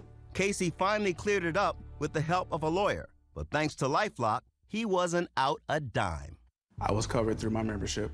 For the committee this week, and I said, listen, the Heslinski kid, that guy, y'all need to evaluate him because he played as good against a very talented Mill Creek team. Guy throws for 900 yards in the first 2 weeks of the season against Mill Creek and then against Brookwood. Yep. He will get ranked. That needs to be taken into consideration. Yep. Grayson beat Eagles Landing. That's Eagles Landing High School, not Eagles Landing Christian, but Grayson 44-10. We saw him, a week ago, about almost exactly a week ago, 7 days, almost to the hour. Grayson's defense is incredible. I'll tell you, I do not want to wish this season away, and I don't want to hurry things up. But when you start thinking about those 7-8 brackets, oh my goodness. Saw that Jalen Smith got a lot of pub on 24/7 Sports this week for his performance against Marietta. Absolutely did. Yep. He will trend up. I don't know where he'll end up, but when you play a game like that, that helps you. Parkview 20-8 winner over Shiloh. Parkview back after going 4-7 last year. They're now 2-0. I think Parkview, we talked about Grayson being a very dominant junior team. I know Parkview's got a lot of juniors. Now, they're replacing this quarterback, Colin Hawk, who will leave as a senior. But you start looking forward a little bit to next year, and some of these teams is going to get the offseason love. Grayson and Parkview loaded in that 24 class. Denmark bounced back from their season-opening loss at Roswell to beat Cambridge 17-15. I don't know. I didn't hear the game story. Of course, in the game at Roswell, they lost their starting quarterback early in that contest. Didn't seem like it was a major injury, I don't think, but they did lose him in that game. Don't know if he played here in this victory over Cambridge. But they definitely need him. I mean, the offense was very limited without him. Cambridge is a team, I think, it's kind of they got a big senior group. So we'll see what they do as the year goes on. North Forsyth bounces back there with a win. They had the toughest loss in the Corky Kell because they had the lead most of the day, and then North Atlanta came back on them in the last couple of minutes of the game and beat them. And I tell you what, I.J. Rosenberg probably has no issue with us sharing this, but the email from their athletic director the next day talking about what an opportunity it was for their school, what the support, their fans, the opportunity to play in Corky Kell, even though they lost a tough game, was invaluable to that program, and that's kind of why we're all involved with that thing. Yeah, and glad they enjoyed it. Buford is scary good, and that's why I was talking earlier in the day about Buford perhaps being in the national championship conversation. They destroyed Thompson in the season opener, and they beat Mallard Creek, North Carolina, even worse last night. We're going to find out this week. Early on. Playing North Cobb right here on Peachtree TV. Because North Cobb will have zero hesitations or zero reserve going up there and buckling it up for 4 quarters with Buford. And they got a game changer, in my opinion, in Malachi Singleton. I do think Buford is going to be a very hard matchup, but I want to see if they can run through North Cobb. If they run through North Cobb like they've done these first 2 games, I 1,000% agree with you. They're in the talks for national championship talk. Having a rain starting to fall now here at Eddie Henderson Stadium. Jones County, 35-14 win over Decula. Yep, I tell you Jones County now. Buford ran through them. That preseason game. But I got Jones County number 1 on my 5A ballot. I think everybody else has Cartersville right now. They got a sneaky quarterback. I'm going with Jones County. Judd Anderson transferred from Ridgeland, 6'5". Guy transfers down there, ran the wing T. He comes to Jones County. This is one of those kids, it comes into November, and you start watching some games on TV, and you're like, where did this guy come from? They got a gunslinger down there. It's funny, Todd Holcomb, told me, I take some, I think it was a compliment or maybe a backhanded compliment when he said, hey, I admire the fact you take some chances on your rankings there, and I do. Yeah. I do. I don't always go with just the big-time names. All right, looks like here in the middle of this rain delay, you can see the weather situation right there in Midtown. We are in the middle of a lightning delay, and we've got rain coming down now, too. The rain's not the problem, it's the lightning. We're going to step aside and send it back to Peachtree TV. We'll keep you updated on the weather situation here at the Great Atlanta Bash as news warrants. Use promo code TV33 or go to lifelock.com/TV33 now. Enrollment takes just minutes. That's 1-800-912-0498. Okay, let's get right down to it. How much do you really know about identity theft? Do you still think it's just shady characters making charges on your credit card? Think again. Our personal information is on all our devices, and it's stored by a lot of companies we do business with. Cyber criminals can get access to all of it. Thieves can use it to commit identity theft, and once they've done that, they can take out loans, file taxes in your name. They can even use your name if they're arrested.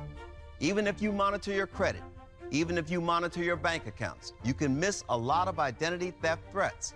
But with LifeLock, you just have to pick up the phone for help. You get a real person, one person, who stays with you, someone dedicated to helping you find a solution. This is Dov. He learned the hard way what I was on my way to work. I saw a car accident. I called the police. But the act of a good Samaritan turned into a bad nightmare. When the police got there, they took my ID and took a report. They came back with my ID and placed me under arrest. As it turns out, somebody had stolen my identity. They took my license, and the only things they changed was the birthday and their photo. And then they went out and committed a burglary. He broke into somebody's house and was arrested. He gave him that ID. He paid bail and left. He didn't show up to court, so I was arrested and put in a cell for many hours. This was Friday evening, and my car was towed on a 3-day weekend. When they released me from jail, I'd walk about 1.5 miles home. He also had to pay $500 to get his car back. He didn't have LifeLock then, but he does now. He gets LifeLock's alerts on his phone, and they make him feel protected. For instance, the other day, I got a dark web notification. So apparently my email and password was on a dark web website, and it was being sold to various buyers, I assume, and hackers. It gave me the opportunity to change my passwords of my primary email and keep those things protected. You can't put a price on peace of mind. That's why you have a security system at home. That's why you have cameras, and that's why you have LifeLock. Cassie feels the same way. She was a mom of an energetic toddler with another baby on the way. She and her husband were trying to buy and renovate their dream home when someone stole her identity. It just felt like the worst possible timing. This literally felt like the straw that was going to break the camel's back. I did not have the bandwidth to deal with it. Someone had opened up lines of credit in her name just when she and her husband were about to close on the home sale. She feared that her credit would be ruined and that she would lose her dream house. So it's this house that we wanted to buy that was in exactly the neighborhood we wanted to be in, kids everywhere, just truly the idyllic kind of, growing up experience that I wanted for my kids. And so to be told that might not happen was very hard, especially for a newly pregnant and emotional mother. So it was a very challenging time. It took a lot of headaches, heartaches, and hard work, but Cassie finally managed to sort out the problem and get her dream house. And she also made sure to get LifeLock. After I signed up for LifeLock, I started getting alerts. And it gave me peace of mind to see those because it showed me that there's someone on the back end who's looking out for me while the busyness of my life doesn't allow me to be as vigilant as I would like to be and probably need to be. I'm back with our cybersecurity expert, Jim Stickley. And earlier you showed us how you could hack my personal computer and get in there and steal my information. But show me how they do that on the dark web. The best way to think of the dark web, it's just like the regular internet, only it allows you to remain completely 100% anonymous. So now, I'm an ID thief. I come in, I want to buy some records. I see they're for sale in the dark web. I can buy maybe 10 of those records. Jim, take me to the dark web. So here I have a browser that's designed specifically to go there. So we'll go ahead and we'll open it up right now. And the first thing you'll notice is it looks almost identical to when you're browsing on the internet. So I type in SSN and I hit enter. And you'll notice that I was searching for social security numbers. Just by typing in SSN, it comes up with a whole list of sites available to me right now that I can go to where people are selling social security numbers. So now this is a person that's selling quote unquote fools. And a fool means it's full information. So they have your name, social security number, address, driver's license number. Really? Yeah. And so you can notice, now look, there's a shopping cart. So I can come in here and I can literally put something in my shopping cart. And that's someone's identity going into that shopping cart. That's it. Yeah, in this case, I was buying 10 at a time. That's really scary stuff. It's really scary. And that's why if you get compromised on this level, you're going to need somebody who is an expert in unraveling and restoring your good name, right? Absolutely. It's time to start your LifeLock membership. It only takes minutes to sign up and begin receiving protection against identity theft, including the LifeLock $1 Million Protection Package. If your money is stolen or you have expenses due to identity theft, LifeLock will either get it back for you or reimburse you for it, up to the limit of your plan. Plus, we'll provide lawyers and experts, if that's what it takes. So call 1-800-912-0498 or go to lifelock.com/TV33 now. Don't face identity theft alone. That's 1-800-912-0498. I really hope you make that call. Remember, you can make a difference in your own life. In the last half hour, you've seen people with real problems and how LifeLock is a real solution to those problems. My friends, one thing is clear. It's time to take action. Remember, the criminals are smart. You have to be smarter. LifeLock can help. There was a victim of identity theft every 3 seconds in the past year. More than 52 million Americans have been affected, and in 2020 alone, nearly $45 billion were stolen from victims. Somebody had purchased a $50,000 vehicle, and I was on the hook for $50,000 because somebody purchased that in my name. They didn't steal my credit cards. They didn't steal my banking information. They stole my life. If a thief could potentially use your identity to commit a crime in your name, you'd want to know about it as early as possible. But just checking your bank statements and credit card notifications isn't enough to catch everything anymore.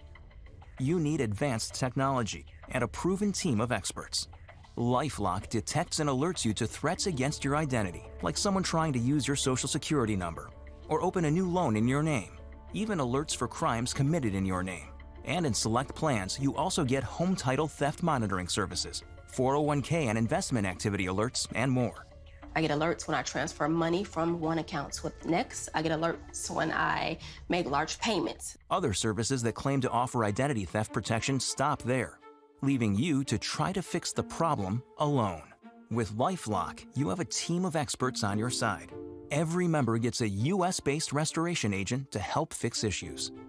With LifeLock, you've got an actual person who's going to walk you through this. I didn't have to ask any questions. All the work was being done for me. Believe me, if your identity is stolen, you don't want to go it alone.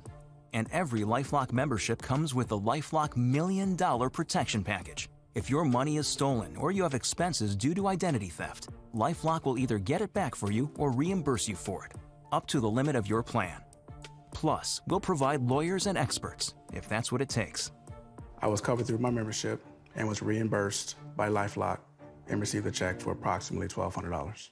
Call 1-800-912-0498 or go to lifelock.com/TV33 now to get LifeLock identity theft protection for as low as $6.99 a month for your first year. That's a 33% savings. And when you call, ask about LifeLock's 60-day money-back guarantee. Try LifeLock for 60 days, and if you're not satisfied, we'll give you a full refund. Call 1-800-912-0498 now and use promo code TV33 or go to lifelock.com/TV33 to get started. As soon as I signed up, I received alerts from the previous week, from the previous day. LifeLock is my comfort. They are out there to protect me. It gives me less stress. I heard about LifeLock on an advertisement, and I said, let's do it. And I'm glad I did. So what are you waiting for? Call 1-800-912-0498 and use promo code TV33 or go to lifelock.com/TV33 now. Enrollment takes just minutes. That's 1-800-912-0498. The proceeding has been a paid advertisement for LifeLock by Norton, paid for by... The following is a paid advertisement for LifeLock by Norton, paid for by Norton LifeLock. Protecting your identity in today's world is more important and more difficult than ever. What if someone stole your identity, and once they did it, they used it to create a fake ID with their picture and your information? Then they committed a burglary, got caught, and skipped bail. Could you be arrested for it? That's exactly what happened to this man. This is Dav. He was driving to work one day, but never made it. Instead, he was hauled off to jail for a crime he didn't commit, all because he was a victim of identity theft. I was fingerprinted and put in a cell for hours. I'm Tom Morris Jr., and I'm here to tell you that identity theft is real and it can wreak havoc in your life. There are victims all over the country, people on the hook for loans they never took out, apartments they never rented, and yes, crimes they didn't commit. And if it hasn't happened to you yet, it could be just a matter of time. In the next half hour or so, you're going to learn how identity theft happens and what the thieves can do with your information. You're going to hear from real people just like you who have been victimized. But more importantly, you're going to hear how they took steps to protect themselves and how you can take those same steps to help protect yourself and your family. Look, no matter what you've done so far, the harsh reality is your information could already be out there. That's why this is a critical moment for us all to take action. Because let's be really clear, the criminals are smart. You have to be smarter. LifeLock can help. Welcome to LifeLock, a leader in identity theft protection.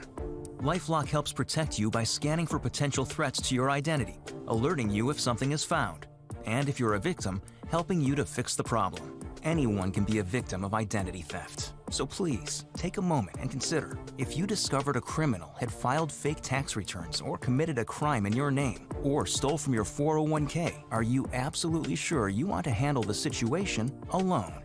Get the protection you need with LifeLock. Our first story is about a woman who had her identity stolen twice, once before she had LifeLock and once after. As she told us, those were very, very different stories. So I got a letter in the mail, and it was a rejection notice from a credit card application.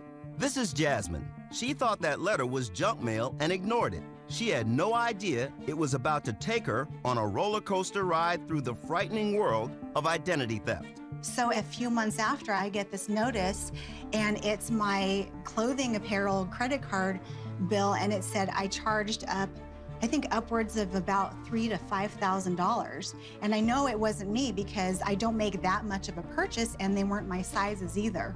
And then she got a call from a car dealership. Someone was trying to buy a car using her name. And I said, I absolutely do not want this car. I did not apply to purchase this car. The first time Jasmine went through this, she didn't have LifeLock. She said that was extremely difficult. I've interviewed a lot of victims of crime in my career. And the one thing that is a common emotion is this sense of fear because the crime is not resolved. And initially, did you feel sort of a sense of fear? It was very scary. It was scary, it was stressful. It took a long time, but Jasmine cleared up the problem. Right after that, she signed up for LifeLock. And it's a good thing, because then it happened to her again. Someone actually purchased a $50,000 car using her name. So $50,000, that was so hard to process because at the time, we were saving up to send my daughter to school. $50,000, people win that in lotteries. I can't pay $50,000 for a car that I didn't purchase. Jasmine said the difference of going through this without LifeLock the first time and with LifeLock the second was enormous. With the LifeLock restoration agent, she was my advocate. She told me exactly what to do. When I would have a stressful moment, she would actually kind of give me a virtual hug through the telephone. It was great. That's just one of the thousands of stories LifeLock members have told us, and there are worse examples than that one. Some of the stories are really unbelievable, but let's get back to the beginning. What exactly is identity theft, and how does it work? Joining me now is Jim Stickley, a cybersecurity expert. Jim, thanks for being here. My pleasure. Now, Jim, tell me a little bit about what identity theft really is. Sure, I mean, the simplest way to think of it is you got your name, your social security number, your home address, your driver's license, all the things that make you who you are. If a criminal can gain access to all that information, they can use that to become you. And then they can go out and open up loans, they can get credit cards, they can do all the purchases that you would normally do, only they're not going to pay the bill, you will. Now, Jim, one way thieves can get my personal information is by hacking into my home computer, right? Absolutely. Show me how they do it. Now, you've got a friend named Phil, which I found online. And so I've sent you the emails. You see it came supposedly from Phil. So go ahead and open that email up. All right. And as you see, not only did it come from Phil, but he's actually included a picture of you. You're looking at yourself right there. That is me. Also, he included an attachment there. It's an attached picture that he wanted you to look at. Go ahead and look at that picture. That's me. That is you, right? So if you receive this email, there's no reason for you to think, well, this seems suspicious. It came from your buddy, has pictures of you. You'd close it up and you go on your merry way. But what you didn't realize is when you were doing that, you just open that one picture, look over at my computer now, and as you can see, it's already come up. I'm now watching you through the webcam on your computer, on my computer. And that's I'm live on that screen. Yes, you are. And that's because when you open that image, it actually had malware in there. And that malware took over your computer and it gave me access. And one of the things it gave me access to was your webcam. So I walked through the door when I clicked that one photo. That was all it took. And just like that, I have complete control of your computer. And the ability to maybe steal my identity and upend my life. Absolutely, because remember, this is just turning on your webcam. I could just as easily start monitoring everything you type. So every time you go to a website and type in your login and password, I now have that. If you're paying taxes online, you type in your social security number, that's mine as well. Literally from this point on, whatever you do on your computer, I'm monitoring and watching. Now, there are other ways they can get my identity too. Absolutely. For example, you know, you read about breaches. You see these data breaches. I hear about data breaches on the news all the time. You work with all these third-party companies, healthcare providers and everybody else that has your social security number.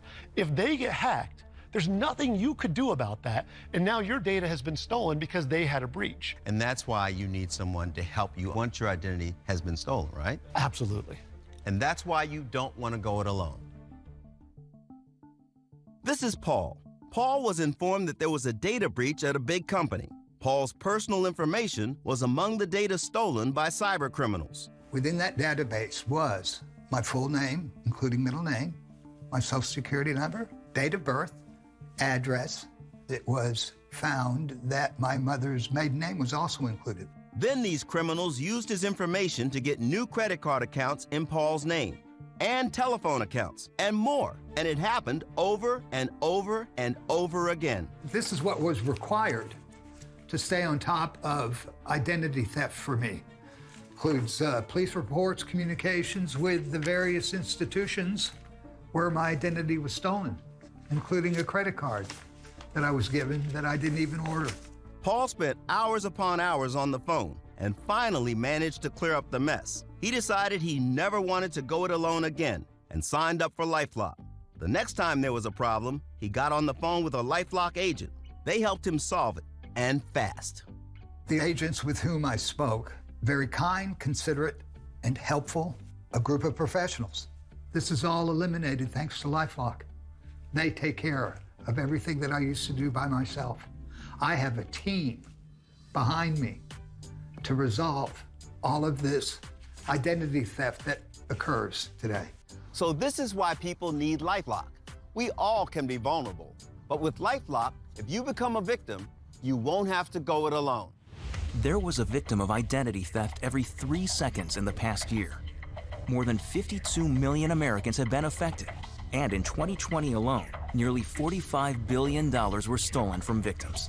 I thought just simply checking my bank account each week and not giving my password to anybody was all that I needed to do. Nearly 75% of identity theft victims who had accounts opened in their name did not find out from their bank or credit card company. I absolutely thought I was doing all the things I needed to be doing to keep myself safe, and I clearly wasn't. Stopping identity theft starts with detecting it as early as possible. LifeLock detects and alerts you to threats against your identity, like someone trying to use your social security number or open a new loan in your name, even alerts for crimes committed in your name. And in select plans, you also get home title theft monitoring services, 401k and investment activity alerts, and more. I get alerts when I transfer money from one account with Next. I get alerts when I make large payments. Other services that claim to offer identity theft protection stop there. leaving you to try to fix the problem alone. With LifeLock, you have a team of experts on your side. Every member gets a US-based restoration agent to help fix issues. With LifeLock, you've got an actual person who's going to walk you through this. I didn't have to ask any questions. All the work was being done for me. Believe me, if your identity is stolen, you don't want to go it alone. And every LifeLock membership comes with the LifeLock $1 Million Protection Package. If your money is stolen or you have expenses due to identity theft, LifeLock will either get it back for you or reimburse you for it, up to the limit of your plan. Plus, we'll provide lawyers and experts, if that's what it takes. I was covered through my membership and was reimbursed by LifeLock and received a check for approximately $1,200. Call 1-800-912-0498 or go to lifelock.com/TV33 now to get LifeLock identity theft protection for as low as $6.99 a month for your first year. That's a 33% savings. And when you call, ask about LifeLock's 60-day money-back guarantee. Try LifeLock for 60 days, and if you're not satisfied, we'll give you a full refund. Call 1-800-912-0498 now and use promo code TV33 or go to lifelock.com/TV33 to get started. As soon as I signed up, I received alerts from the previous week, from the previous day. LifeLock is my comfort. They are out there to protect me. It gives me less stress. I heard about LifeLock on an advertisement, and I said, let's do it. And I'm glad I did. So what are you waiting for? Call 1-800-912-0498 and use promo code TV33 or go to lifelock.com/TV33 now. Enrollment takes just minutes. That's 1-800-912-0498. It's important to keep in mind how easy it is for identity thieves to do what they do. You put up defenses. They keep finding new ways to get around them. It's not just about someone getting into your existing accounts. I mean, that would be bad enough. It's about people opening new accounts in your name that you may not know about until it's too late. That's why you need to get help from identity theft protection experts dedicated to helping you if you become a victim. The point is, it's not just about protecting your money or your property. I mean, it is, but it's more than that. In our next case, our victim realized the thieves had put his very livelihood at stake. For a lot of people, the idea of driving an 18-wheeler is a dream. That's how it's always been for Casey. To him, it's not just a job, it's a joy. Open road, music, windows down, by yourself, nothing else like it. But after 16 years on the job, Casey told me he came into work one day and learned something terrifying. Your employer called you into the office to tell you there was a problem, right? Correct, sir. My supervisor, along with a few other members of management, had told me I had several driver's license violations. On your license? On my driver's license. What did you tell your employer? What did you say? This is not me, I didn't do this? Those were my exact words. I didn't do this. I don't know where they came from. And at that time, I was given about a week to clear it up, or I'll be looking for another job. Wow. Now, did your boss believe you when you said, these aren't my tickets? Absolutely not. Because we don't expect that we have tickets that we didn't actually get, right? Correct, and everybody always says, it wasn't me. Casey soon learned the truth.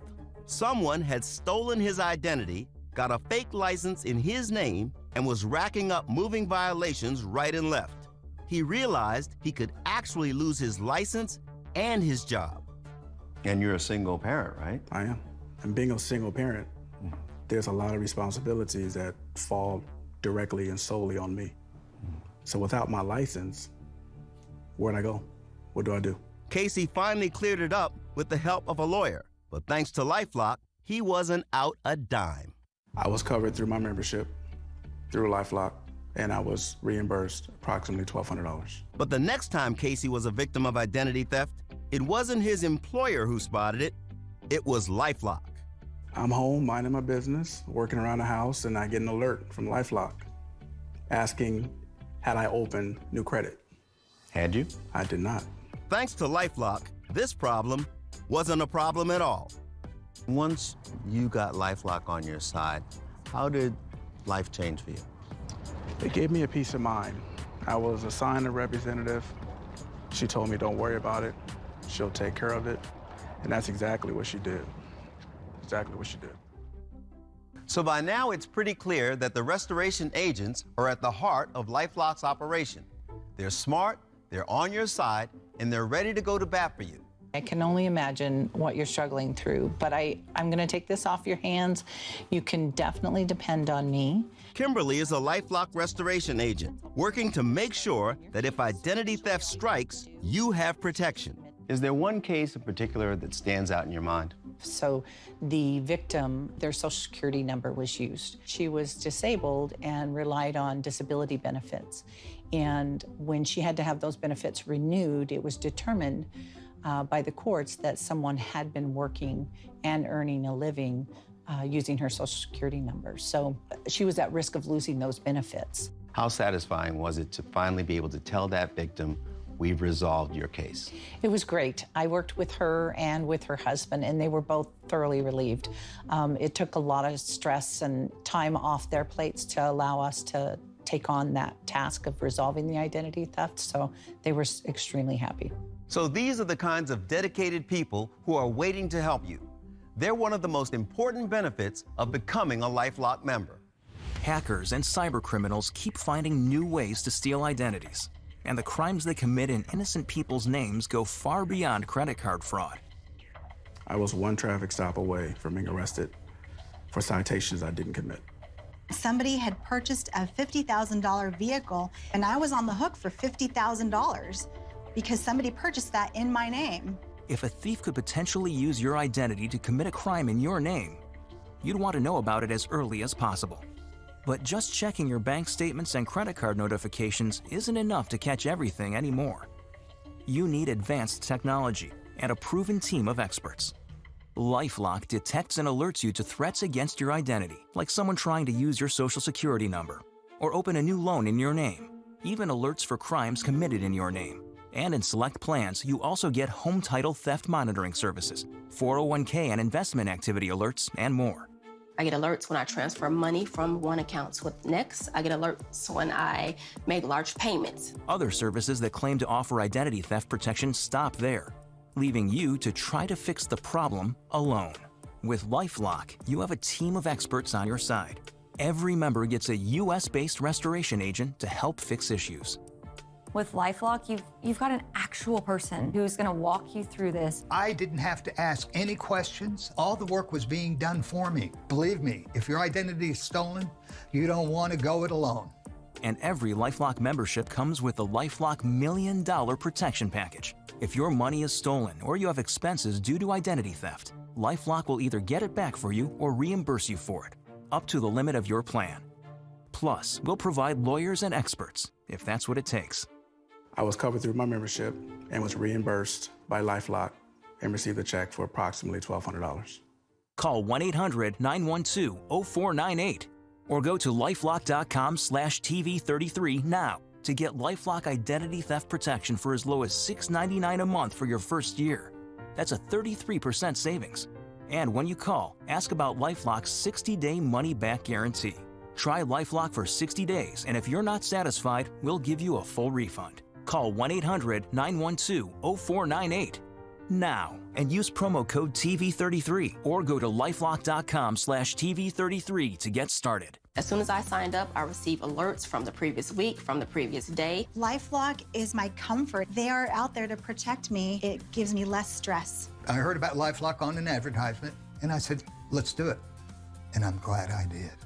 So what are you waiting for? Call 1-800-912-0498 and use promo code TV33 or go to lifelock.com/TV33 now. Enrollment takes just minutes. That's 1-800-912-0498. Okay, let's get right down to it. How much do you really know about identity theft? Do you still think it's just shady characters making charges on your credit card? Think again. Our personal information is on all our devices, and it's stored by a lot of companies we do business with. Cyber criminals can get access to all of it.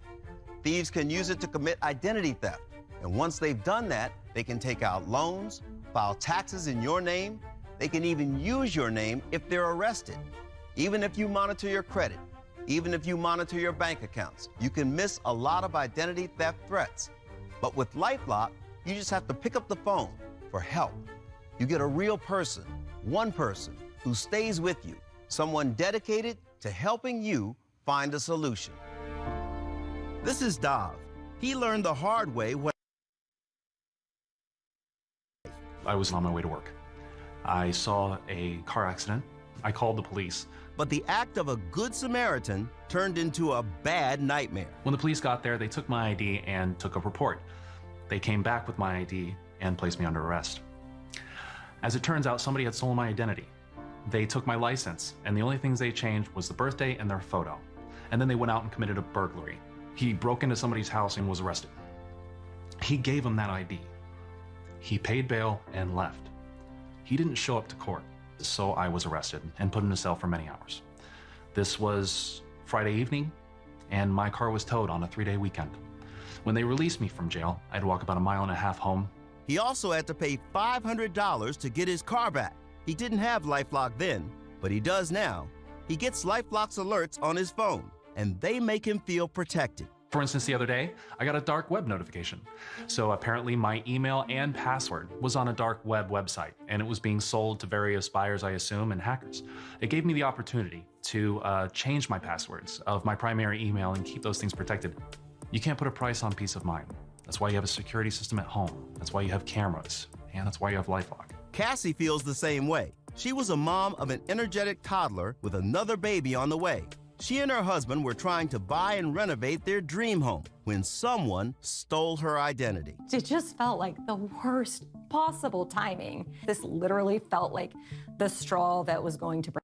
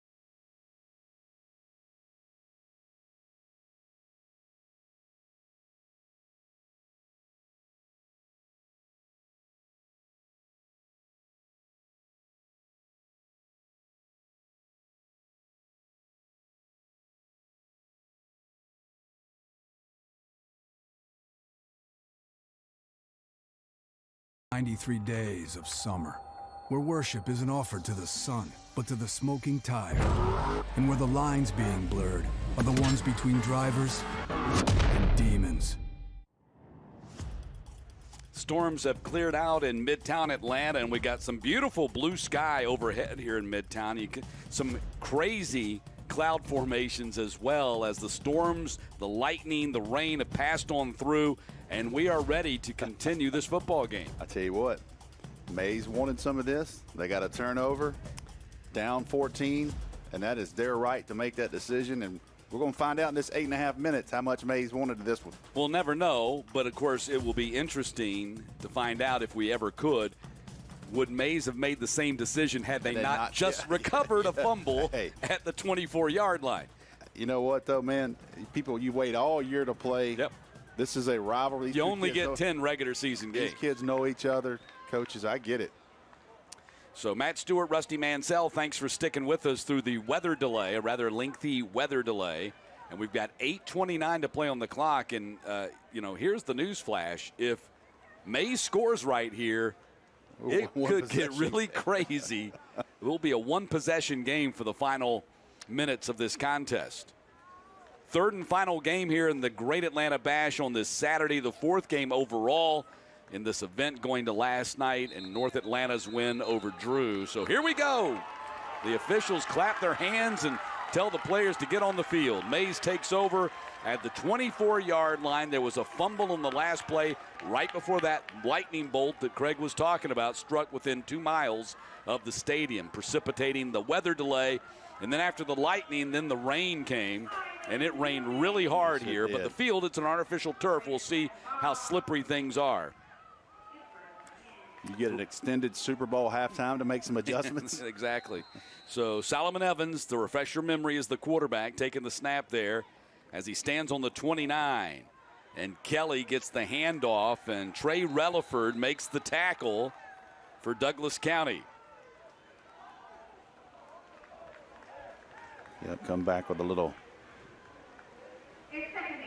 counter there. Good job by Douglas County showing there. 20. Trey Relaford got the TFL. Yep. So second down and 11. Man-to-man coverage. Evans looking up top. He's going for the end zone and incomplete, looking for Wiggles.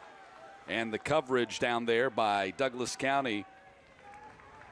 He was on a linebacker, actually a nickelback, pardon me, Isaiah Madu on the coverage of Wiggles. But Madu's given up a lot of size there. Wiggles is 6'4", and Madu is 5'10". So you get the idea why they want the jump ball right there. It's third down and 11.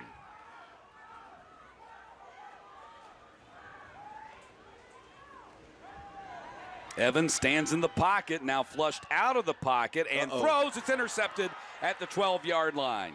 Going back the other way, Caleb Bridges down the sideline. Bridges is going to take it coast to coast. Touchdown, Douglas County. And just like that, you're down 20. Big turnover there for Douglas County. 48-28, the tipped ball, and Caleb Bridges standing in the right place at the right time with the interception. And the big interception return might be in the nail in the coffin here for Mays. And you go back to play before, he had Wiggles stacked on a defender and just couldn't complete it. So you go from maybe a touchdown to be within one possession to a pick six, and now you're down 3 possessions. 88-yard pick six for Caleb Bridges. And it seems like it's been that way since the first quarter. Yes. Douglas County jumped out to a 21-0 lead. Mays has been chasing the entire time, and here you go. It's back to a 21-point lead. PAT up and good by Valdez. And Caleb Bridges kind of taking the wind right out of Mays' sails. They came back out here, thought they had a great opportunity, which they did after recovering that fumble. But the pick six probably puts this one to bed. Got a little, speaking of winning, got a little shout out here from Randy Bill, who is does a tremendous job in sponsoring us and what he does for GeorgiaConstructionCareers.com. His in-laws, Richard and Connie Moore, are celebrating 55 years. Wow. Of wonderful, never an argument of marriage. 55 years. That is winning. Congratulations to them, that's for sure. Richard and Connie Moore. So Douglas County will now kick off, having reestablished that 21-point lead. And after that lengthy rain delay, lightning delay, Douglas County may have finally put this one to best.